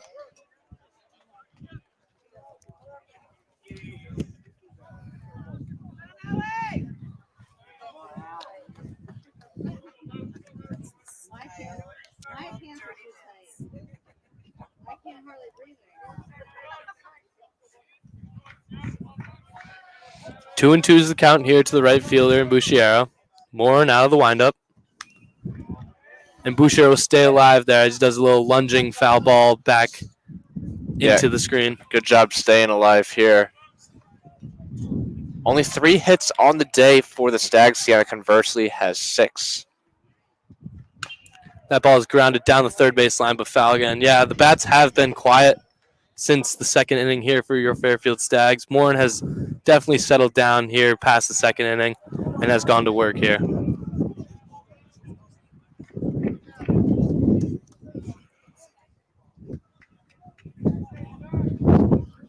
Count still 2-2. Delivery from Morin. That is fouled down the right field line. First baseman Bergamoto giving chase, but that'll be out of play into the Stags bullpen.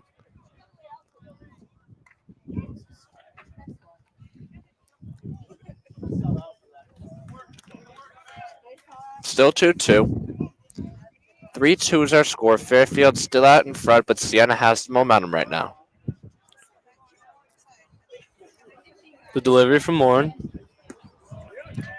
And Boucher holds up as that breaking ball is low, and I'll put the count full here. Stags hitting just 3 of 14 on the game. Morin has found his groove, and the Stags have been unable to answer.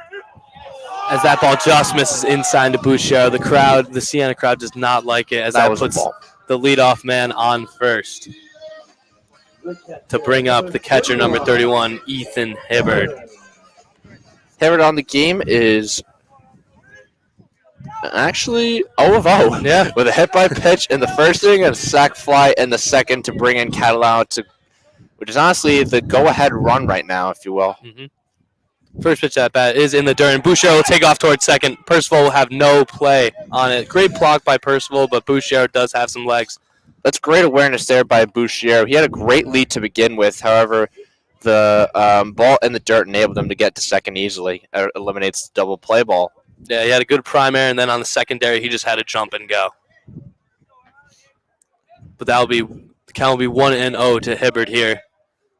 Morin from the stretch. That ball misses outside here to Hibbard. 2-0 is the count. On deck would be Bergevin for the Stags.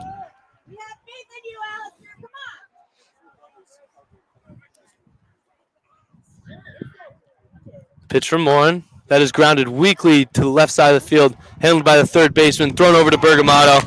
That'll be the first out of the inning. Nice job led by Morin. Damage control and his suds getting the out and keeping the runner at bay. Yeah, good play by the third baseman, Sensen. Charging that ball. Looking Boucher back at second and throwing over.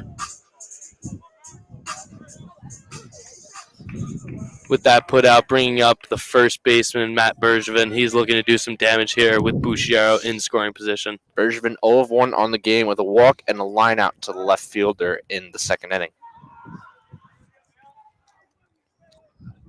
First pitch at bat is cut on and missed by Bergevin. He really wanted that fastball.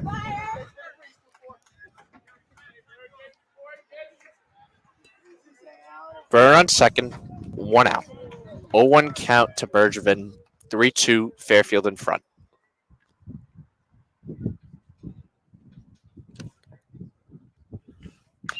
That ball's grounded foul down the third baseline.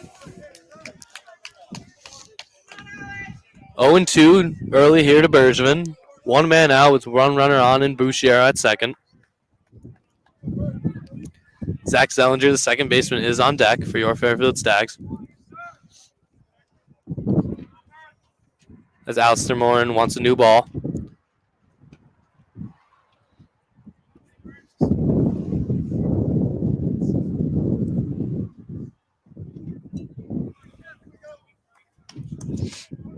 (0-2) here, the first baseman, Bergevin. Wind has picked up a little bit slightly. Not sure how that's going to play. No home runs on the game for either team thus far.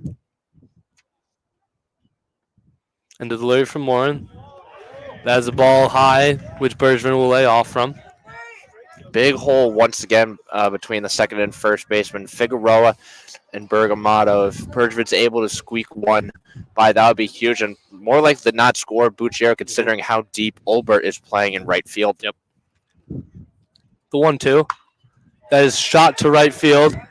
Giving chases both the right fielder and the second baseman. And that ball will fall.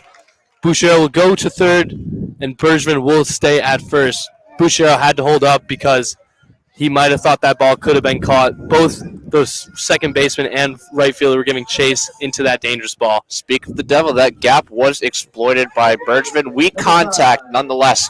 Ball dropped, and we have runners on third and first with 1 out, and Zach Zellinger stepping to the dish. Yeah, you'll take a two-strike hit any way you can.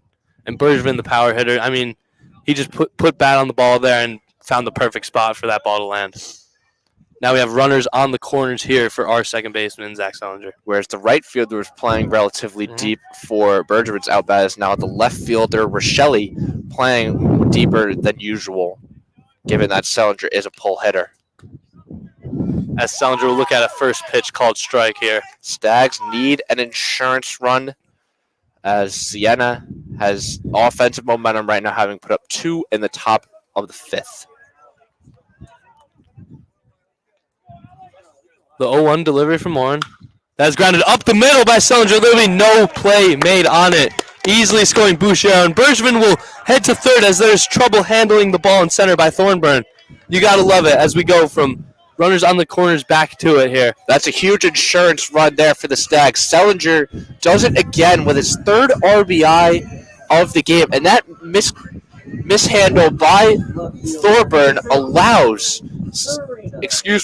that mishandle by Thornburn allows Bergevin to advance to third. That can go a long way as now a sac fly or any ball in the outfield can score Bergevin. Yeah, great heads-up play by Bergevin on the base paths there, as that will bring up the left fielder, Nick Storino, batting from the left side, as he will look at a first pitch called ball high and outside. So now it is 4-2. Runners on third and first, 1 out. Last thing you need if you're the Stags is a double play. As we do have activity in the Stags bullpen, we will get you that name as soon as we can put a number to the face.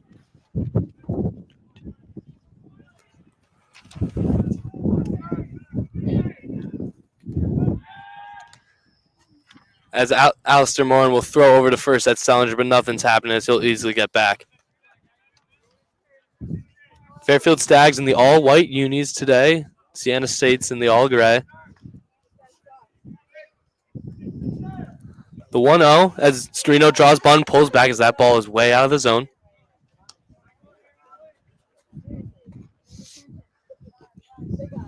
Storino and the runners get their signs from third base coach and head coach Bill Courier. Righty on lefty matchup here, so Storino has that in his advantage. As I want to say that is Ricky Urbeck in the bullpen for the Stags, or possibly Chris DeFiore. As that third pitch to that bat is in there on the outside part of the zone for strike one.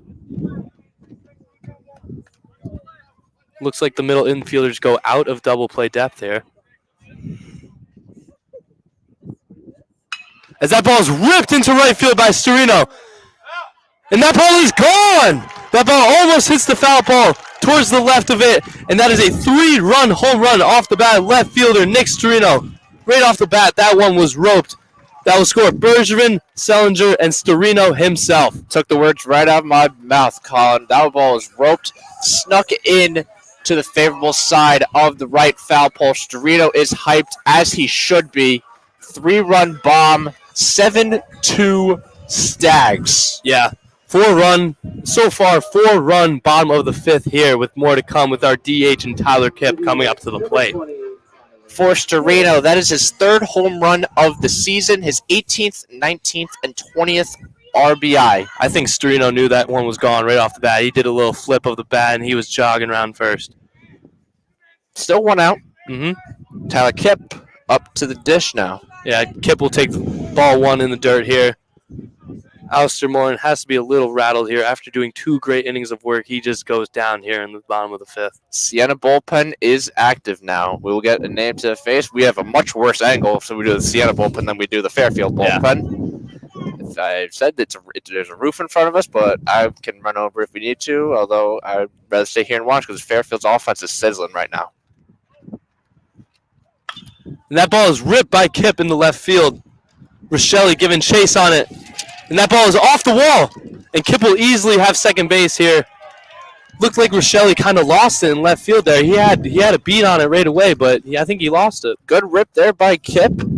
But Rochelle, he did lose it. It appeared as that ball found its way to the back of the wall, and Kipp finds himself standing on second as Siena might be making a move here.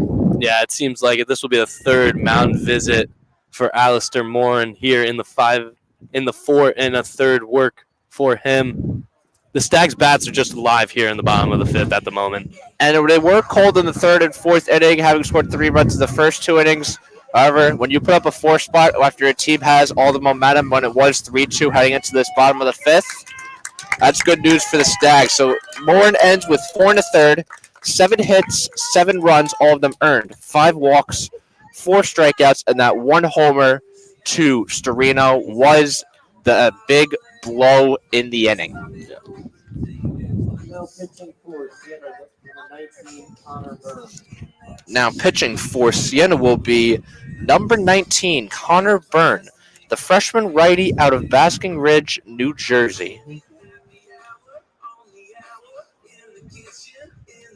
On the year, Byrne has a 7.61 ERA, a 2-3 record in 11 appearances, 2 games started, 22 walks to 19 strikeouts. So command is an issue for the freshman. Interesting to see if the Stags will go with a disciplined approach or keep the bats hot and go aggressive.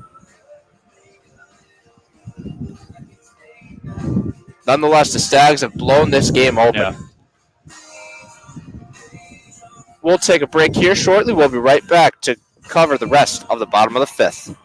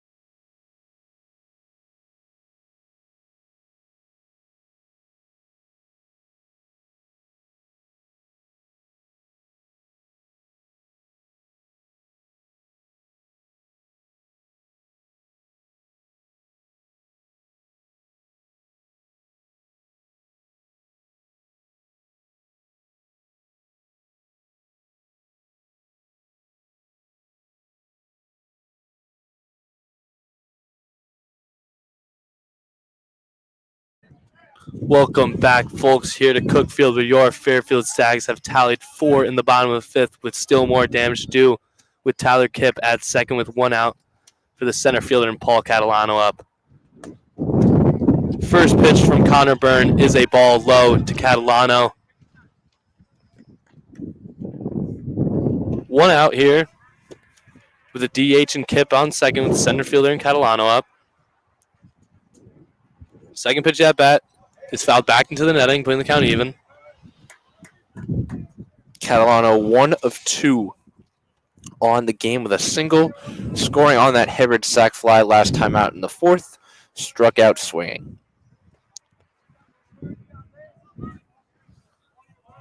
Catalano, the lefty here, if he pulls one to right field, Kipp could score. And he is plunked on a breaking ball from Byrne. And I'll put 2 runners on here for the leadoff hitter in Dean Ferrara. And going back to what we mentioned earlier about Byrne, his strikeout to walk ratio is not ideal. That was evident once again as he plunks Catalano there. Ferrara stepping up to the dish. Yeah, not the first thing you want to do with your first batter face is plunk him on a breaking ball that you couldn't handle. Ferrara 1 for 3 on today with a single down the third baseline as he looks at a first pitch called strike from Byrne.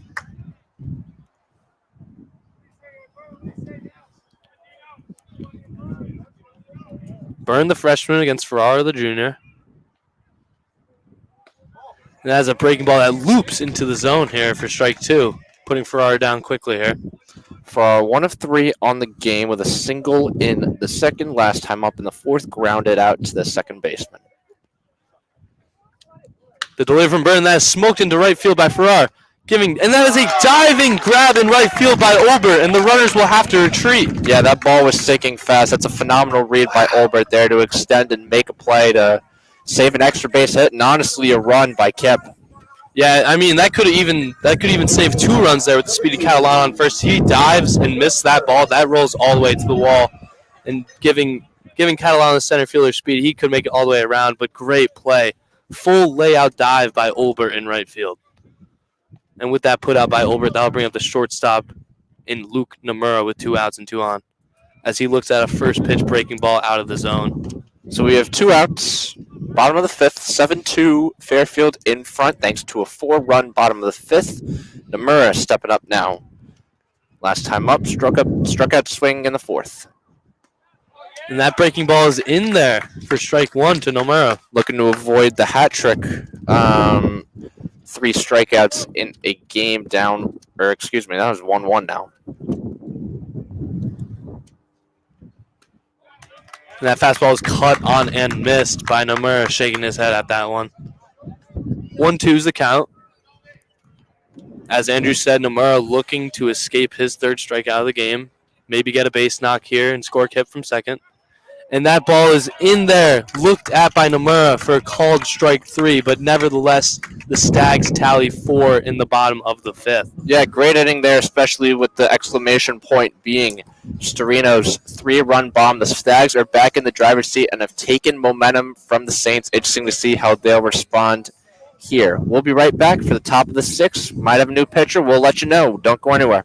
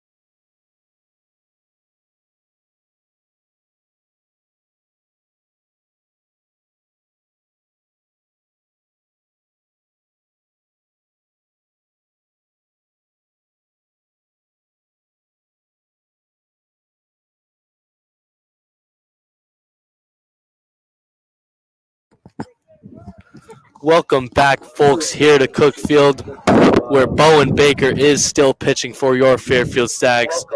Stags are up 7-2 here, and for the first batter of the inning, Baker will face the first baseman, Nick Bergamato. First pitch breaking ball misses high here to Bergamato. Bergamato on the game is 2 of 2 with a double in the top of the fourth and a single in the second. That pitch is peppered on the inside part of the zone. Baker just wants a nice quick inning here. Don't want to do anything too much. Limit the runners on base, get the bats back because they are hot right now. And that is a nice breaking ball cut on and missed by Bergamato. He swung out of his shoes there.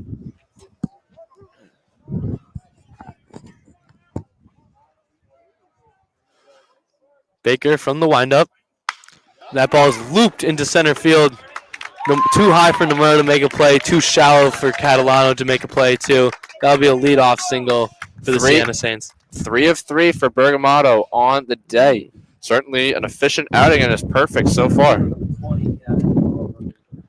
Yeah, with his third hit of the game, that will bring up the center fielder in Gavin Thornburn. Thornburn. 2 walks on the day for Thornburn, both in second and fourth. As he draws bunt, and that will go foul out of play into the parking lot. You know, Siena does like to play small. While they aren't the greatest power hitting team, you know, one of their runs came on that suicide squeeze, so don't be surprised if they try to get active playing small ball and wreak havoc on the base pads. 0-1's the count here to Thornburn. The delivery from Baker. And that is high and outside for ball 1.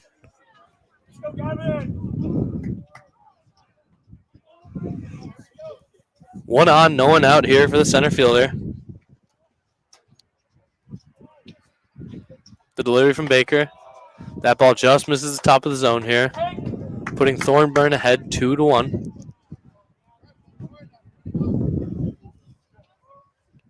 Stags do have guys getting loose behind the right field fence. We'll get your names on those if we can identify them. The fourth pitch at bat is high and outside. But Baker not happy with himself after that pitch. He doesn't want to lose the batter here. 3-1's the count to the center fielder with Bergamato at first. And that ball is in there for strike 2.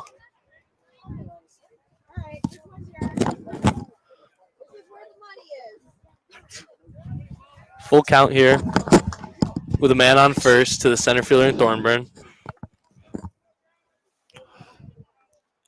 Bowen from the stretch. And that ball is in there looking for strike 3 to Thornburn.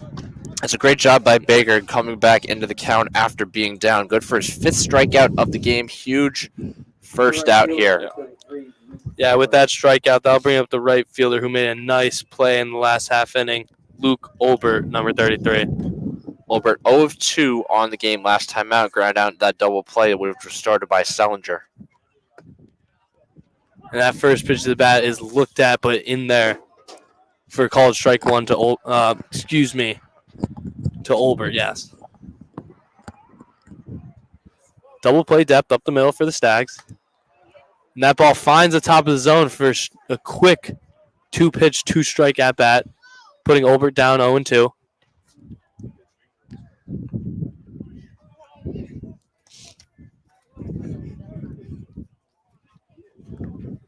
The 0-2, that is cut on and missed for the 6th strikeout of the game from Bowen Baker. And that's 3 pitches, and that's 3 strikes, and that's a strikeout. Can't get more efficient than that. Called huge. Second out. Yeah, you got to love that there from Bowen Baker, as now he will face the catcher, number 23, in Louis Percival. Percival 0 of 2 on the game last time out. Grounded out to the shortstop, Nomura. First pitch at bat is fouled back into netting, and Baker will get ahead here in the count. Baker approaching 100 pitches now at 95 as of this moment. More likely than not is last inning, as there is an arm active in the Stags bullpen, as there is one for Siena as well. Second pitch at bat just misses to Percival, putting the count even 1-1. Baker definitely wants to finish, at least finish this inning here. The delivery from Baker. That's a breaking ball that misses outside. Baker not too happy with himself after that one.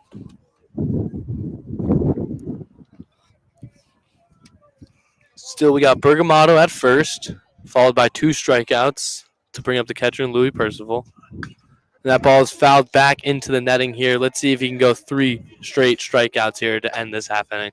Not an immaculate inning, but we'll take the 3 strikeouts. Oh, yeah. Just want to get out of the inning and get those bats back up. 2-2's the count here with 2 outs and 1 man on to the catcher and Percival. The delivery from Baker is cut on and missed. After the lead-off single, there will be back-to-back-to-back strikeouts to end this top of the 6th. And that's good for 7 strikeouts on the game for Baker, who hasn't had the cleanest game, but nonetheless it's been an efficient one, giving the Stags length, and the Stags bats are coming back up.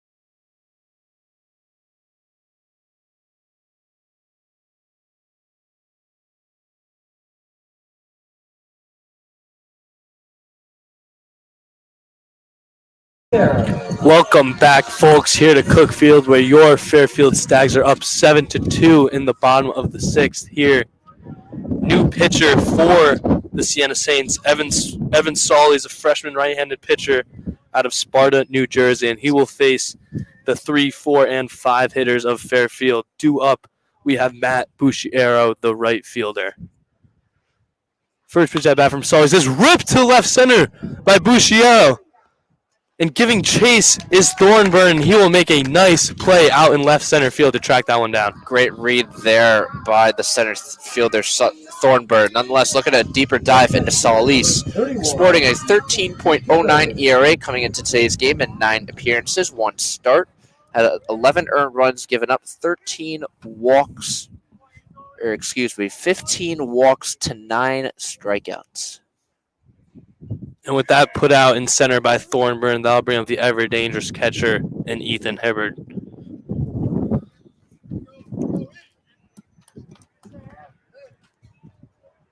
Solly's working out of the stretch despite no one on. First pitch to Hibbard misses.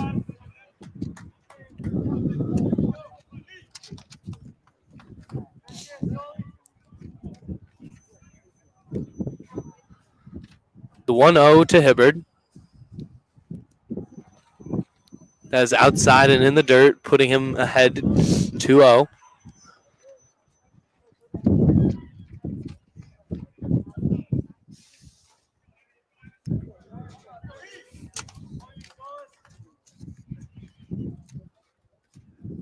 To Hibbard. And that breaking ball, that off speed just finds the zone here to Hibbard, putting the count 2-1 with Matt Bergevin, the first baseman, on deck.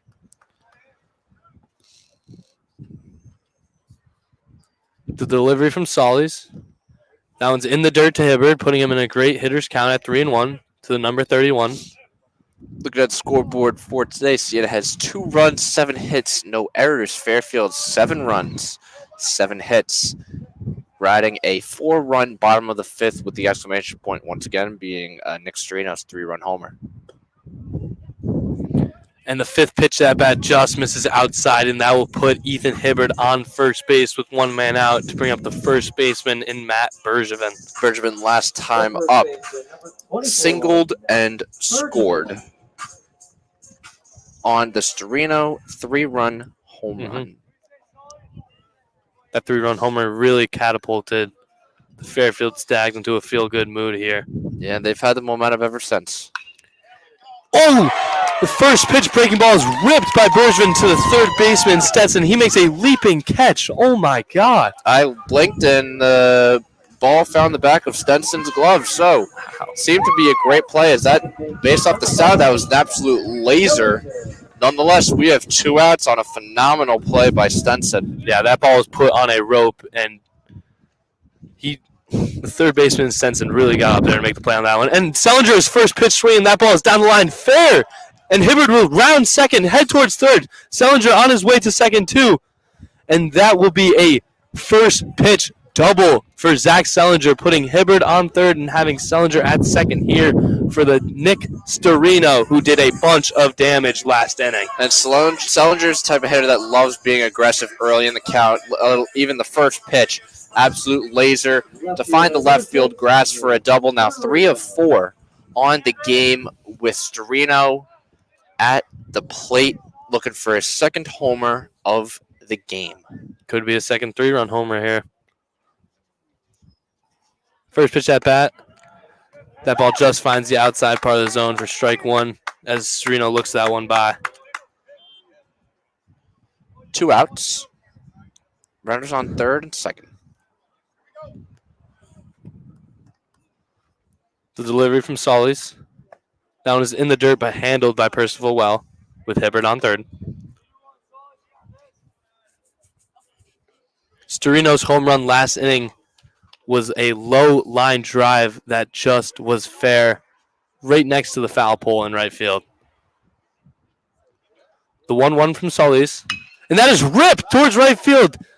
Hooking foul into the Fairfield bullpen. Yeah, that was a rope, which is kind of a trick shot there. Hit the top of the fence, hit the top of the bullpen, pitching. What's that thing called? Uh, Yeah, the pitching substance. That just sounds.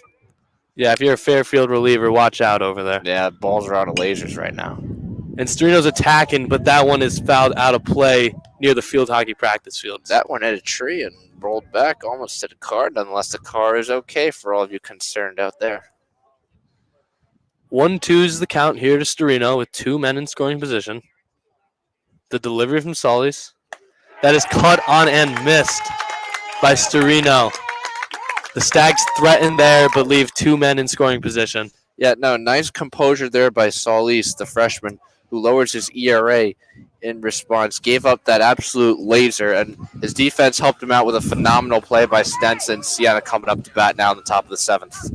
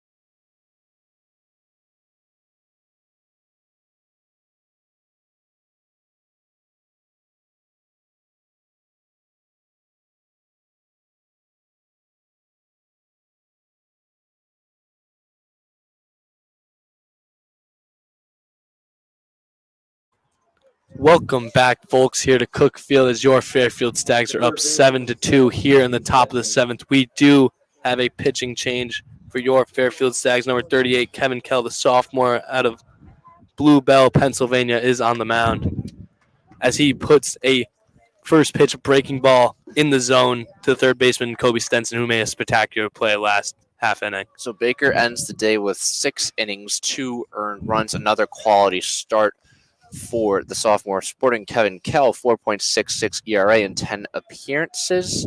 He has 22 strikeouts to 8 walks. Yeah, as the second pitch of the at-bat is a breaking ball in the dirt, looked on by Stenson. Third pitch fastball misses outside and low.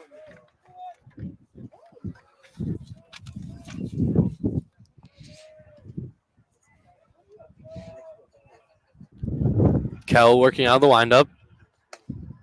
That ball is inside to Stenson, putting the count to 3-1. Stenson 0 of 2 on the game, but certainly made a spectacular play defensively last inning.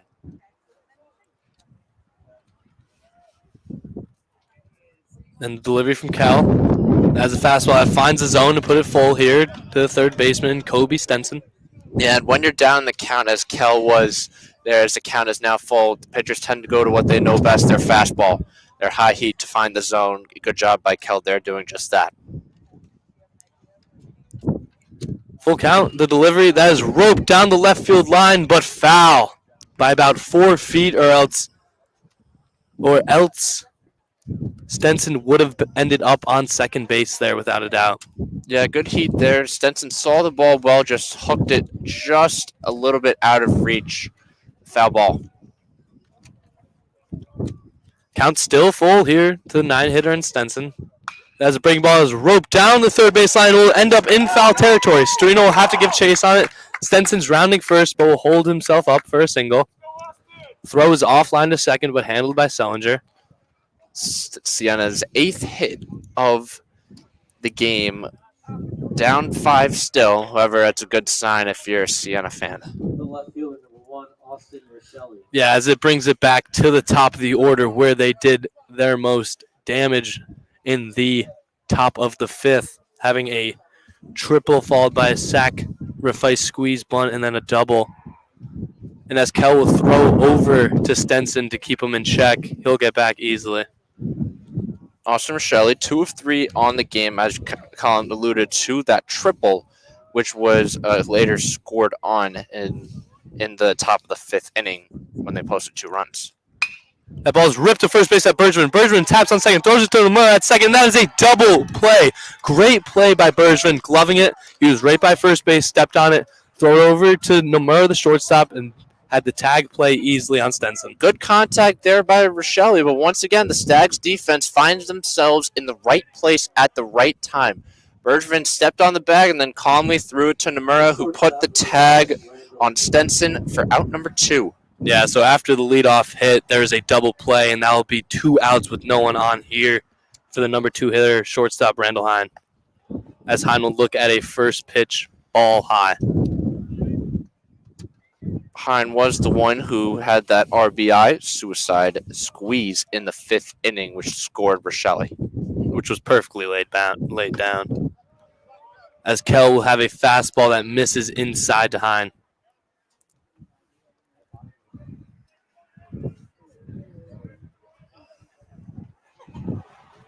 (2-0) here to Hine with 2 outs. As he cuts on and fouls that one into the backstop.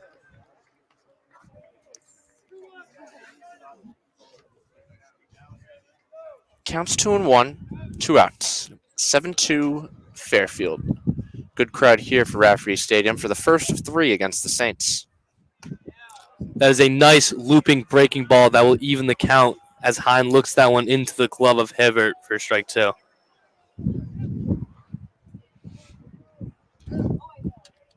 The delivery from Kell with 2-2. That is a breaking ball skied into right field. Bushiero giving chase. That one will be in play. But Bushiero could not get a glove on that. That ball was in there, was in the sky for quite some time. Bushiero gave chase but could not come up with it. Nevertheless, they'll keep the count the same here at 2-2 with 2 outs here to the shortstop in Hine.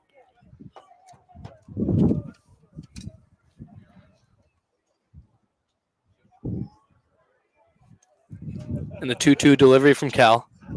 Breaking ball. Grounded past the diving shortstop in Nomura, and that'll be a 2-out single from Hine. Great piece of 2-strike hitting. Yeah, just strong enough contact there to get it past the glove of Nomura. Better offense prevails there. Yeah, and that'll bring up the second baseman, number 6, Tyler Figueroa. Figueroa had that RBI double, which cut the lead to 1 before the Stags erupted for 4 in the bottom of that inning. Hine getting a decent lead off from first. The pitch from Cal is grounded to Sellinger at second. Gloves it on 2 hops, throws it over to Bergman. And the Saints will leave one man stranded after having 2 hits. Took a little bit of a gnarly hop there, however, Sellinger was not phased by it, and Stags defense helps out Cal in a huge way. Siena had 2 hits, but no runs came across as we are in the 7th inning stretch. Not to take me out to the ball game, but instead I think, who is this? No idea. All right, we'll go to break anyway. We'll give you a break from our voices. We'll be right back.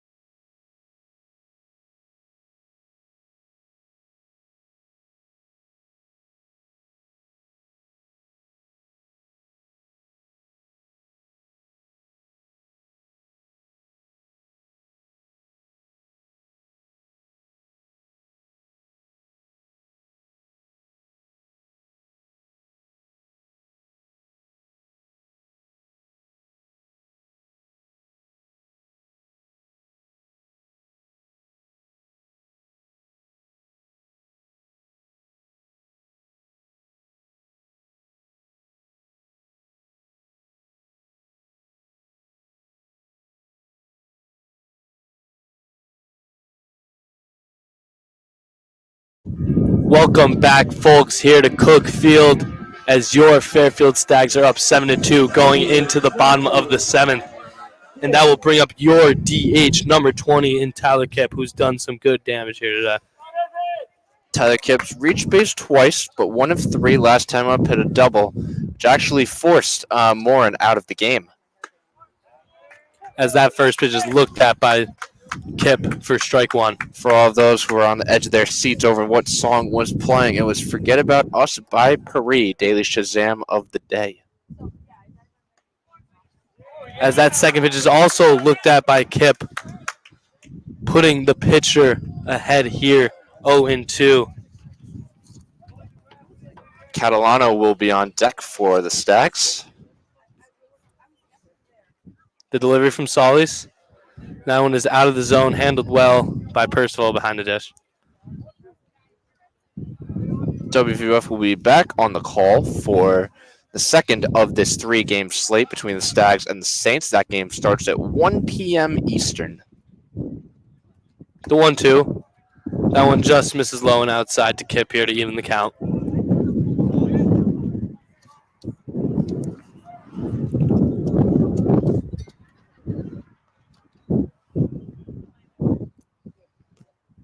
Two here to Kipp. That is grounded weakly down the first baseline, but foul. Glove by Bergamoto. Kipp will stay alive here. Was definitely a fight to survive pitch there, just fouling that one off. Sometimes you got to do what you got to do. If that involves sticking the bat out further just to get a piece of the ball, Kipp will gladly do that to get another chance. The 2-2 delivery from Solis from the stretch. And that one goes behind Kipp to put the count full here at 3-2.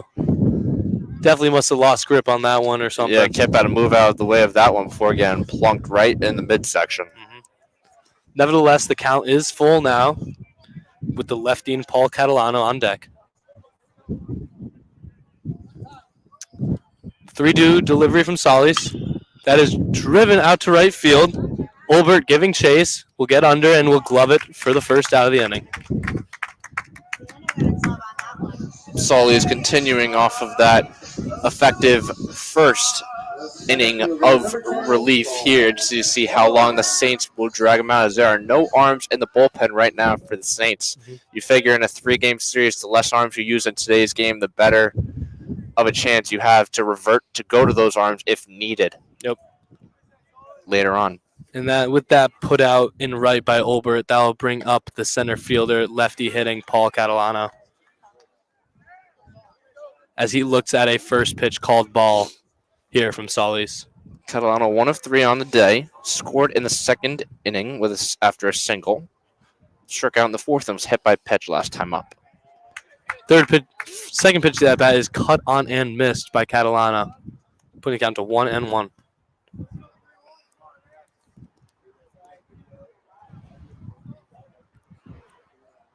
The 1-1 from Solis. That is roped up the middle. And on a diving play by Thornburn, full layout catch. And he will glove that for the second out of the inning. That's 3 great plays now by the Siena defense. So, despite being down at the scoreboard, their defense, that's one positive they could take away from today's game and capitalize on moving forward, not only for the rest of the series, but for the rest of the season. Yeah, great play in center by Thornburn. They might have been shifted in a little bit with the 9-hitter and Catalano up, but he ranged a good distance and did a full out dive on the belly for the second out of the inning. As for our jumps on the first pitch, but fouls that out of play into Rafferty Stadium. For our 1 of 4 on the game, last time up, flew out to the right fielder, Olbert, on a spectacular play. Yeah. For our also jumps on the second pitch, but he'll foul that one off the netting, which will be grabbed by the on-deck hitter, Nomura.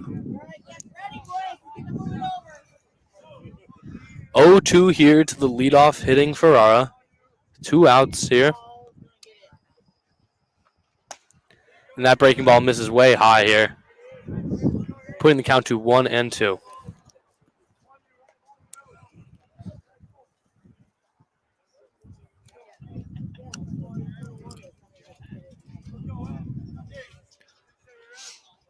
Righty on righty matchup, Solis and Ferrara. And Ferrara ropes that one down the line. Could be fair, but will end up foul by about 6 feet. Ferrara staying alive here. The count is 1-2 here.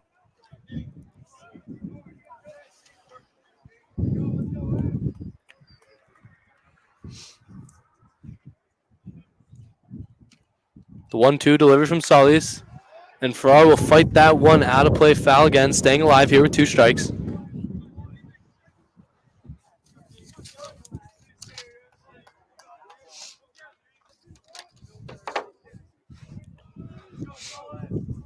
The 1-2 yet again from Solis to Ferrara.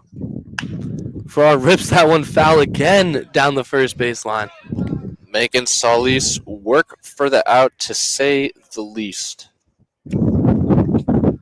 Ferrara kind of using a 2-strike opposite field approach here, ripping the last 3 foul balls down that way. Let's see what he does here with 1-2. And that one's in the dirt. If he gets it over Bergamoto's head, that's an easy double. Given how much space and how often that ball tends to roll all the way to the warning track, Ferrara could even have a triple if he's lucky with the speed. 2-2 to Ferrara. Ferrara will ground that off his helmet foul.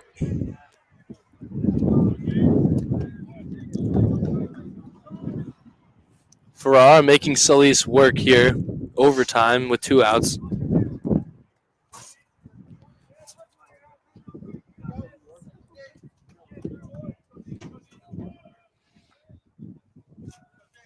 And the pitch.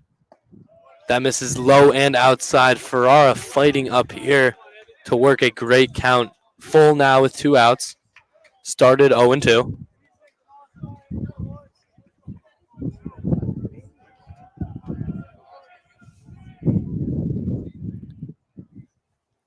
And the full count delivery. That one misses high, and Ferrara works a tremendous walk off of Solis. Really great fight. That's a scrappy at-bat by a scrappy player in Dean Ferrara. I say scrappy not in terms like the aggressivity like basketball, but in discipline, just fighting off pitches, waiting for his right pitch. And even though we didn't make hard contact at any point in that at-bat, he finds himself on base, and sometimes that's all you can do in baseball.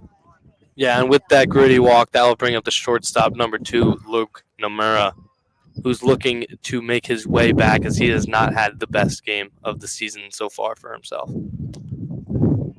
That's that first pitch he takes low for ball 1. Yeah, you said Colin Nomura, 1 of 4 on the game with a hat trick, trying to avoid the golden sombrero with 4 strikeouts, 2 of those in the looking department. As Solis will throw over to Ferrara, but nothing going on. Nonetheless, Nomura is still having a great season with hitting plus 300, OBP above 400, and OPS at around 940. The 1-0 to Nomura. And that ball clips the top of the zone, putting the count even 1-1.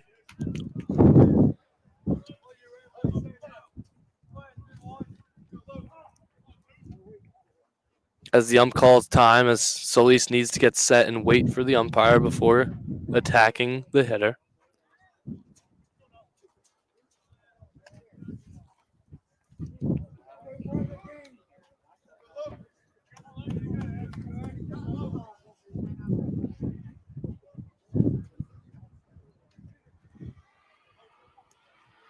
Two-1 here to Nomura with Ferrara on first.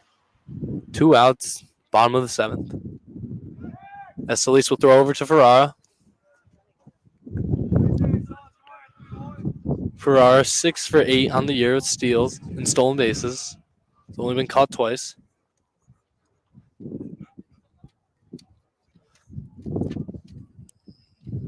The delivery from Solis.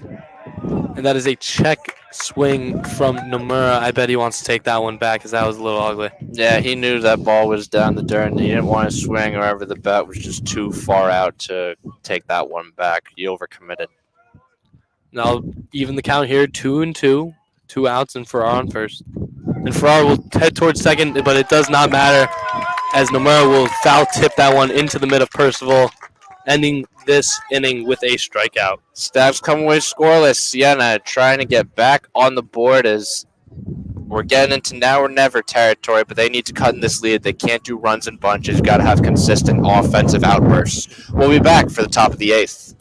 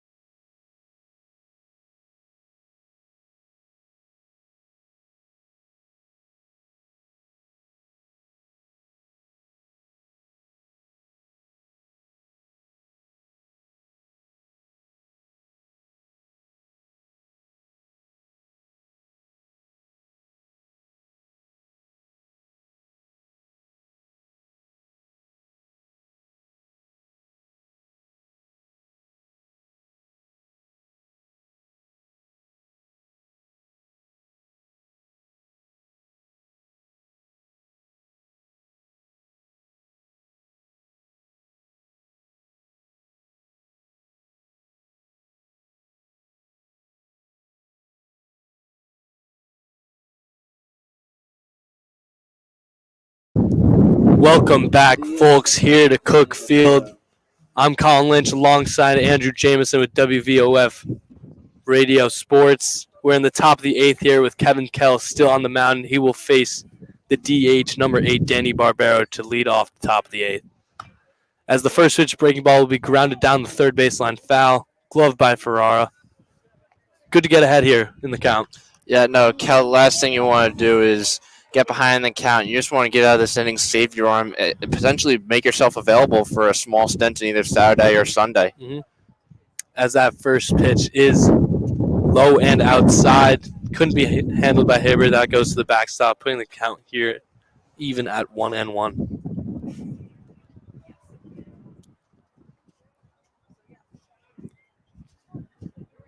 And delivery from Cal.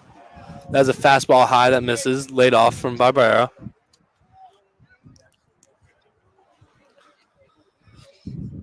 Two ones the count here to the DH and Barbera.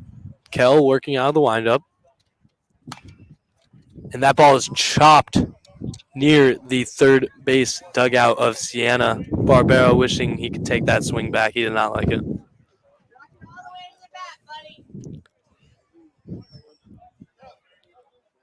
2-2 delivery from Cal. And Barbera will stay alive as he fouls that one back into the netting.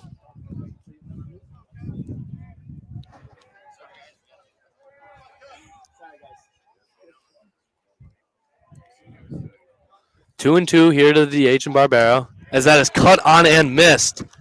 Kel blew that fastball right by the DH and Barbera, and that'll be the first out of this top of the eighth. Yeah, and Barbero came into the game with 8 homers and 7 doubles on the year. Loves the heat, however, Kel was up to the challenge and then some, threw that fastball right by him for the first out. Yeah, and with that strikeout by Kel, that will bring up the first baseman, Nick Bergamatto, who's had himself a game. 3 of 3 is not bad, Colin. No. Perfect. Mm-hmm. As he looks at that first pitch called strike from Cal. Second pitch to that bat is a breaking ball, but that does not find the strike zone. That lands high for ball one.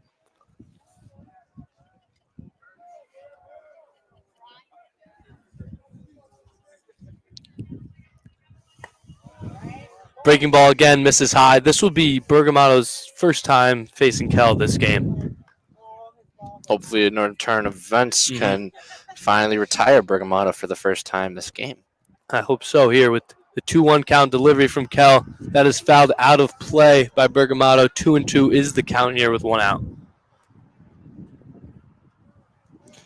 Kel has done a good job of getting ahead of hitters. Despite giving up 2 hits, has been helped out by this defense, but his command appears to have improved this second inning of relief. Let's see if he goes fastball here, and he does. And that one's ripped right beyond the glove of Selinger at second baseman, and Bergamatto just seems to be – he just can't get out, it seems like that. I mean, yeah, 4 of 4. There's honestly no other way to put it. He's seeing the ball really well.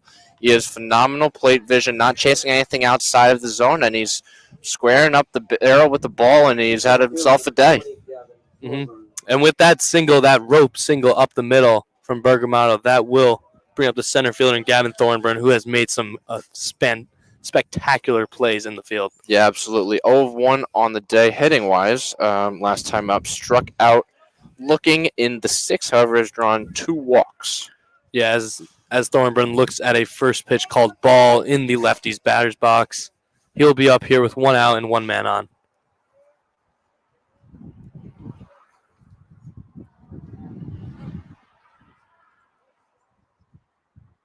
Second pitch to that bat is a high fastball that misses the zone, putting Thornburn in a favorable count at 2-0.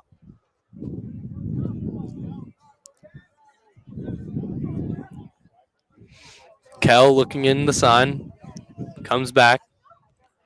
Bergamatto with the lead off first. The delivery from Kell, that ends in the dirt, but handled by Hibbard. 3-0, 1 out. Runner on first. Fairfield leading 7-2. Trying to take the first of a 3-game set between the Stags and the Saints. Big hole between second and first right now with Sellinger in double play depth. As that fastball is laced in there for strike 1. Thornburn probably had the take sign there the whole way.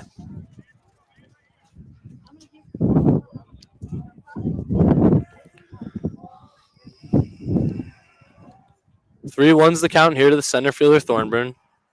Pitch from Kell is high for ball 4, putting a man at second in Bergamatto and first in Thornburn.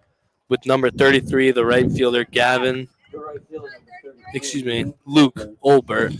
Just Kell's first walk of the game for him. Nonetheless, he has to be careful here with Olbert at the plate, despite the fact that he is 0 of 3. Last time up in the top of the 6th was a strikeout victim via swinging. Kell working from the stretch. First pitch breaking ball. Just misses inside.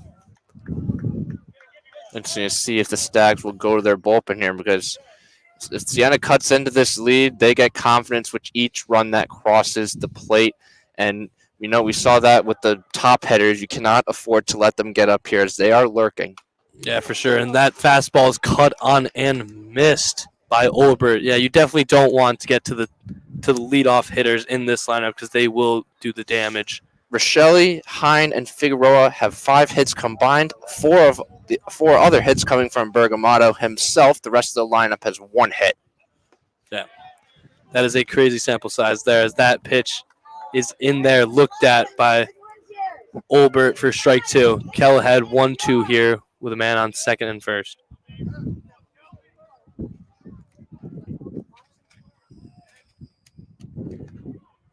The 1-2 from Kell. That is cut on and missed by Olbert. A swinging strikeout to put 2 men down here in the top of the 8th, and that will bring up the catchy and Louis Percival. Got him with the high heat. There, jammed him inside. That's a great combination to phase a hitter. Yep.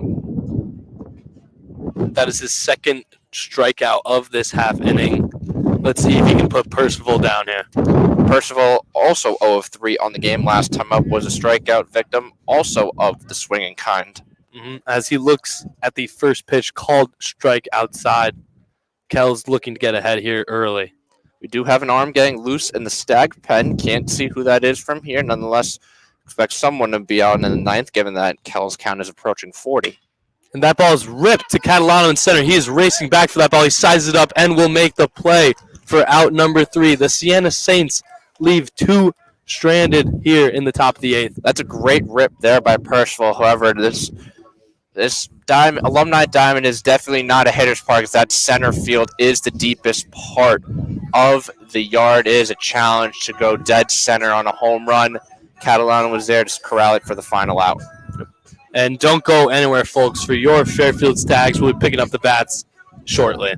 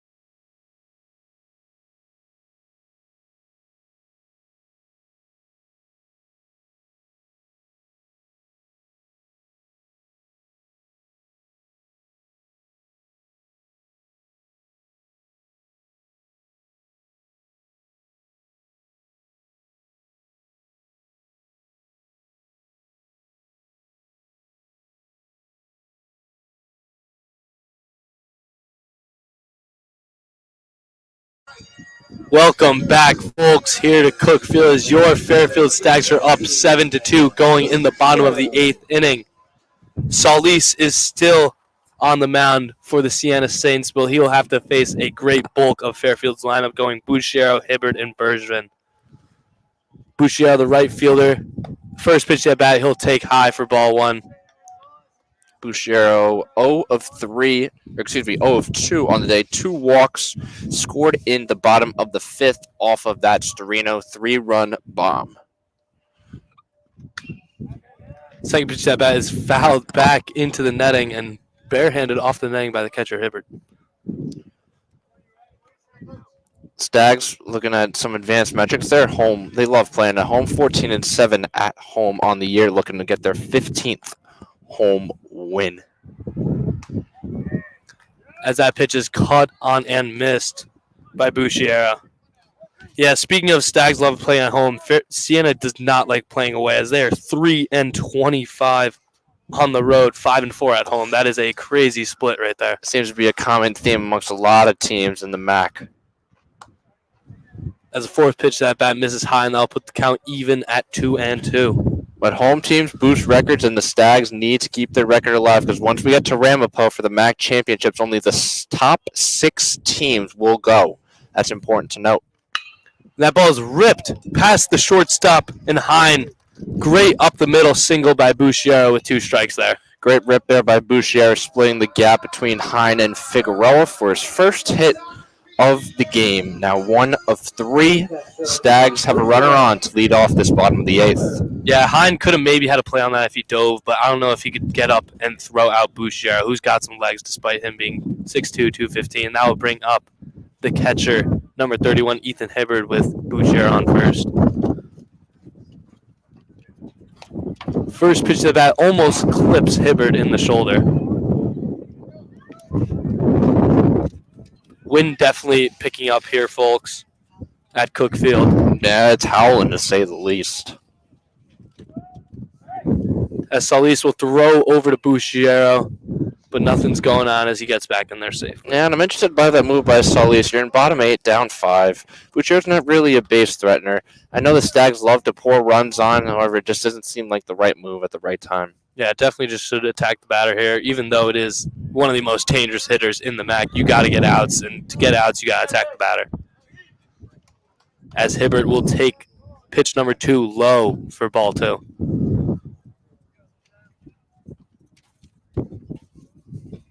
The 2-0 from Solis that is grounded up the middle. Hine will glove it, flip it to the second baseman over to first in the dirt. Could not handle it to Bergamoto. So Hine flipped it to Figueroa. Figueroa had to throw it over to first, but that one was in the dirt and couldn't be handled.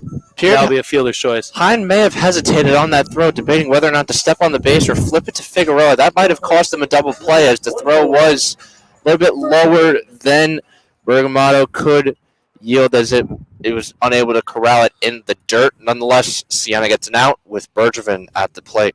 Yeah, I definitely think the play there should have been Hine taking that himself and just tap on the base and throw it over to Bergamoto at first. As the first pitch to that bat to the first baseman, Matt Bergevin, he'll foul that one off the netting.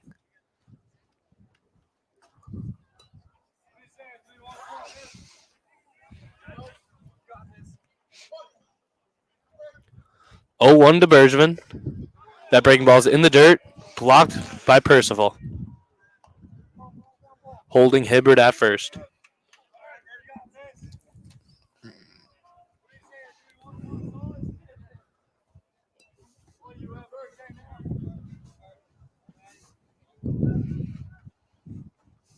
The 1-1 from Solis. That one is also in the dirt, but picked by Percival heading up the first baseline. Percival has held his own behind the dish today, has had a lot of scoops out of the dirt. 2-1's the count here to the power hitting first baseman. And he will rip that to right center. That is a no-doubter off the bat of Matt Bergevin. That will tally 2 onto Fairfield's 7 runs here in the top of the 8th. 9-2 is now your score with one swing of the bat. Yeah, we knew that one was gone the second we heard that contact. You could hear it from the back row of the bleachers and even from where we are, WVOF broadcasting. That's great for Bergevin to get his confidence back up. That's his 13th homer of the year. RBIs number 43 and 44. Yeah, this is Bergevin's first game back after being subbed out against a series game against Mount St. Mary's. As that first pitch of that bat plunks Zach Sellinger in the back, that'll put a man on first for Nick Storino, who's done damage already today. Yeah, Solly's losing a little bit of command here. Gave up that homer to Bergevin, and he seems a little rattled here. Looking to finish this one game strong, just needs 2 more outs. Has been great otherwise for the Saints. Yeah, that ball off the bat of Bergevin definitely bounced near the parking lot of 10 block. Not even bounced up and hit a house for sure. That ball was smoked.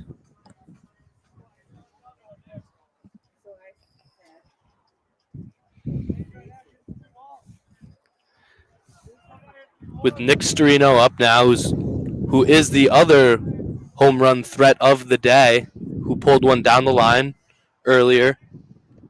First pitch at bat from Solis. Fastball in there for strike one. Storino, honestly, up there for player of the game for the Stags, was responsible for the 3-run bomb, which honestly kickstarted this Stags offense and gave them the lead for good. Yeah. The 0-1 from Solis is in the dirt, but stopped by Percival.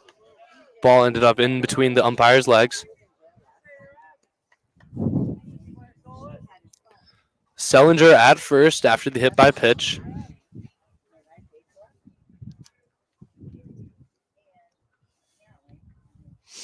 Pitch from Solis. That is skied high towards the left side of the infield. I think the shortstop will call it.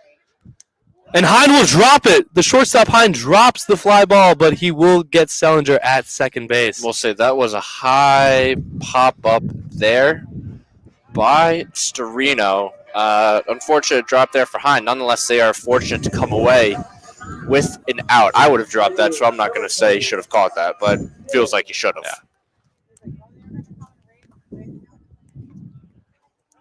After that dropped fly ball, then fielder's choice, that will bring up the DH in Tyler Kipp. First offering is a breaking ball that finds the zone for strike one.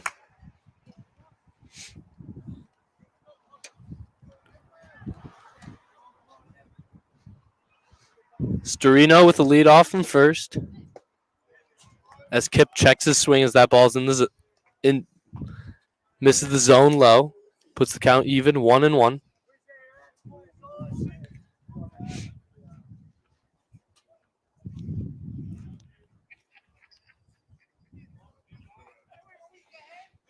Solis throws over to Storino. Storino gets back.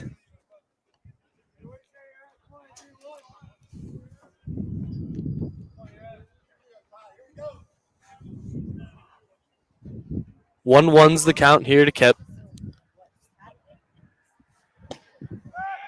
As that ball is outside, and Percival will try and throw behind Storino at first, but he'll get back. Low throw there by Percival. Fortunate for Bermagetto to be able to corral that one and prevent Storino from advancing any further. Mm-hmm.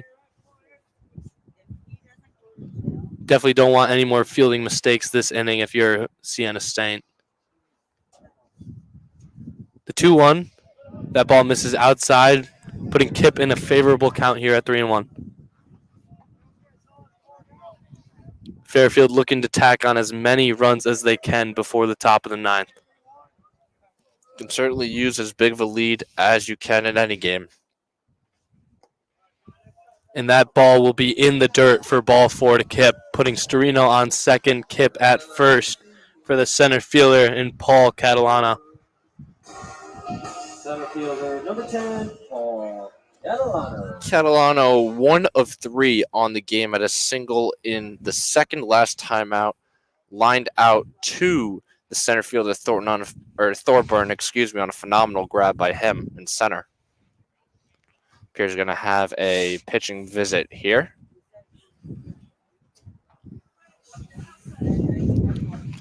2 outs here in the bottom of the 8th. Just got to tell your pitcher here to relax, rely on the defense, and just beam the zone here because the Fairfield's 9 hitters up, and you don't want to go to their 1, 2, and 3 for sure. No, and you just want to save your arms if you're Siena here. You have 2 more games after this series, and honestly, credit to Solis for going almost 3 strong. With Morin's performance, you had Morin, and then you had Byrne. Solis has really given them a lot of length, and they are fortunate to have only used 3 pitchers so far in today's game. Trying to keep it that way if you are Siena. And head coach Alex Jerzinski in his first season at Siena. So in this game, both Fairfield and Siena have 10 hits, but comparing runs, the Fairfield have tacked on 9 compared to Siena's 2. With the first pitch of that bat to Catalano, that fastball hits the outside part of the zone for strike 1.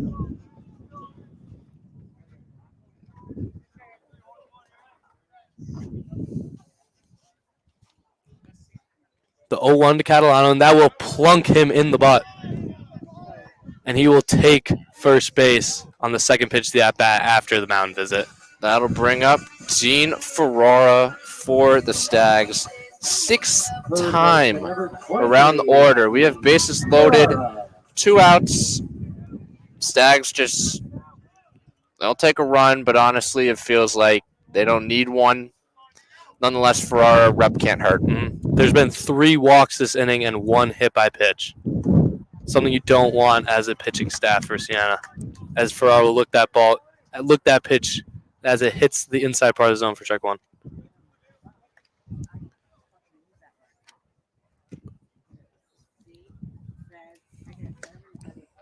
That fastball misses inside and low. Ferrara up here with the bases loaded. Storino on third, Kip on second, and Catalano on first.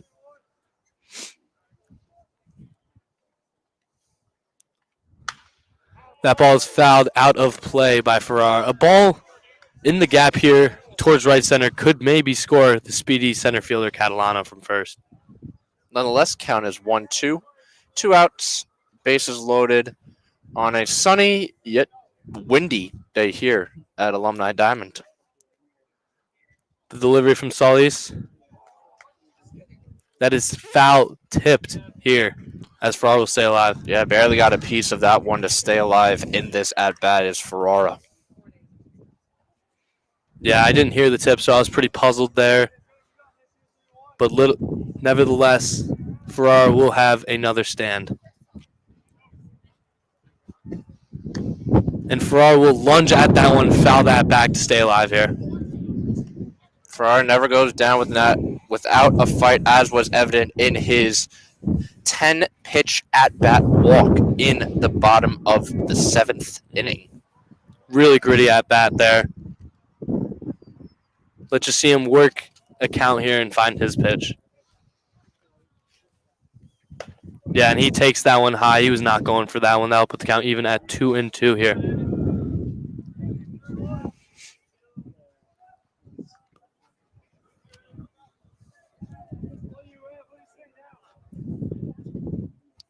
Two and two from Solis with bases loaded. And that ball just misses the zone, putting it full here with 2 outs. Bases loaded. Runners will be moving. Ball in the gap can do a lot of damage here on this pitch.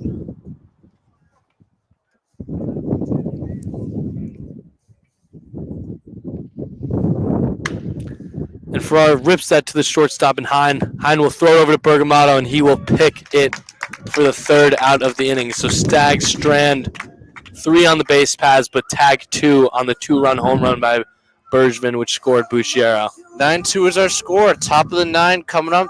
Stags looking to improve their record in the MAC to 11-2. We will have a new pitcher, but we'll be right back, and you'll have to wait to hear who it is.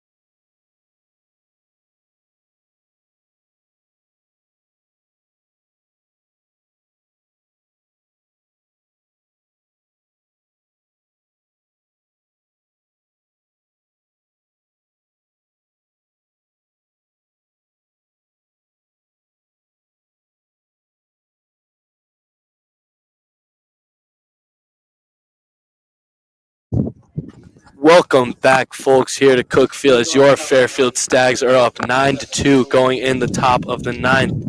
We do have a pitching change for your Stags. Number 29, Peter Phillips, the sophomore right-handed pitcher, out of Simsbury, Connecticut, played at Southern Connecticut State before this.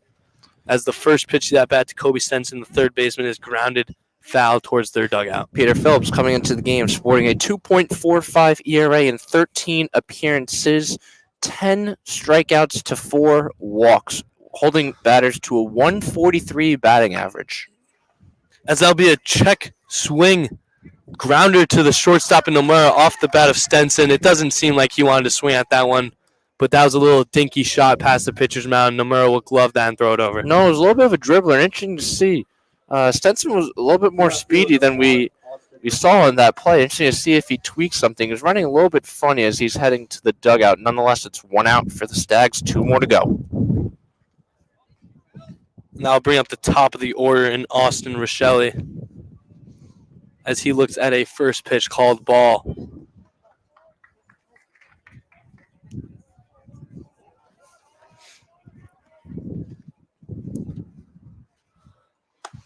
The second pitch to that bat clips the outside part of the zone for strike one. Phillips working out of the stretch with no one on. Third pitch to that bat is low and outside to the leadoff hitter in Rochelle. With a win today, Stags would move to over 500 on the season, 11-2 in the MAC, while Siena will fall to 8-30 overall, 4-9 in the MAC. That ball is lifted high down the third baseline in foul territory. Farrar given beats. Serino will go in and out of his glove. That would have been a foul put out by Serino, the left fielder, but that one just bounces out. Nonetheless, still a second strike. Serino's going to want that one back, but can't put his head down and dwell over it. Got to focus on the present now, still up. Yeah, there's been trouble in left field, as we saw on the other side for Siena. Rochelle had trouble in left field with the ball out there. I don't know whether it's something with the wind, and there's also a dropped fly ball in the shallow left center by the shortstop in Hine. So a lot of trouble has been going on with fly balls here today. The 2-2 delivery from Phillips. That is fouled down the third baseline. We could not see from this angle, but Ferrara looked like he was giving chase on it. We are a little blinded by the away dugout on the third baseline, but it seems to be that ball dropped in front of Ferrara.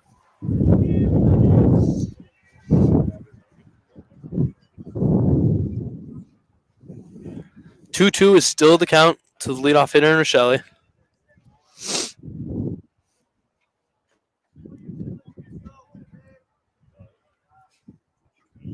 Delivery from Phillips is low and outside.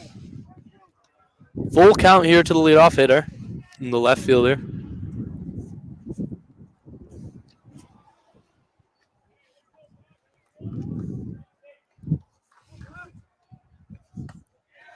And that pitch just misses high here to Rochelle. That'll put him on with 1 out, bringing up the shortstop, number 11, Randall Hine. Solid day for Rochelle, reaching base 3 times in addition to a single and a triple on the game, with Hine coming up.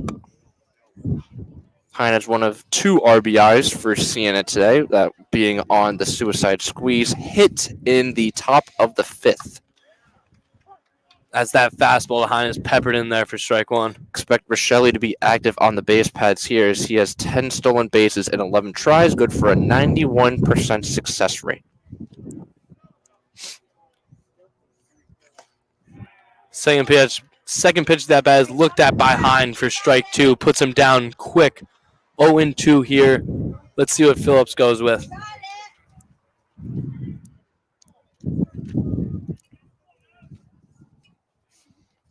And the delivery, that ball misses low here, putting the count to 1-2 with 1 out and 1 man on.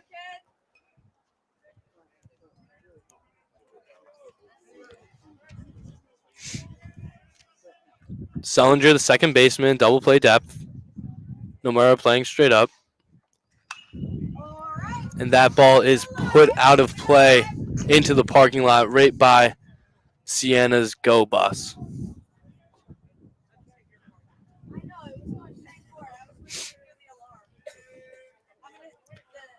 One and two's the count here to Hine. Pitcher's best run, a ground ball will end the game most likely. As that ball is low and inside and puts the count at 2-2.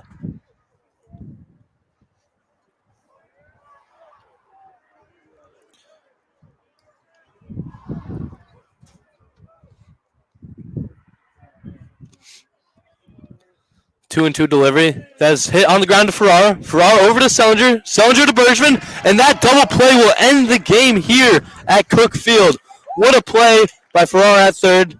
Sending it over to Sellinger, and Sellinger on the first to Bergevin. Stags win 9-2, improve to 11-2 in MAC play this season. Siena falls to 8-30 overall, 4-9 in the MAC. But the story of the game here was Fairfield's ability to hit with runners on and runners in scoring position, where Siena went 1 of 9 with runners in scoring position. Colin, Fairfield went 4 of 13, and with runners on, Fairfield hit 7 of 20. Siena just 2 of 16. So Fairfield got runners on and made Siena pay, as evident by Nick Storino's 2-run bomb, in addition to Matt Bergevin's no-doubter, which was the absolute exclamation point and all the insurance they needed, although it wasn't needed. Yeah, you couldn't have said it any better, Andrew. And as the Stags are looking to roll now, they want to get this 3-game series. They want a 3-game sweep. Don't go. And, folks, we'll be back here tomorrow at... It is a 1 o'clock start tomorrow. Stags take the first one. Second game of a 3-game set will be tomorrow, starting at 1 p.m. WVOF will start coverage at around 12:50, 12:55. And that is all here, folks, today at Cook Field. Your Fairfield Stags win the game 9-2, and there'll be more Stags baseball coming tomorrow. I'm Andrew Jameson. He's Colin Lynch. Good night, everybody.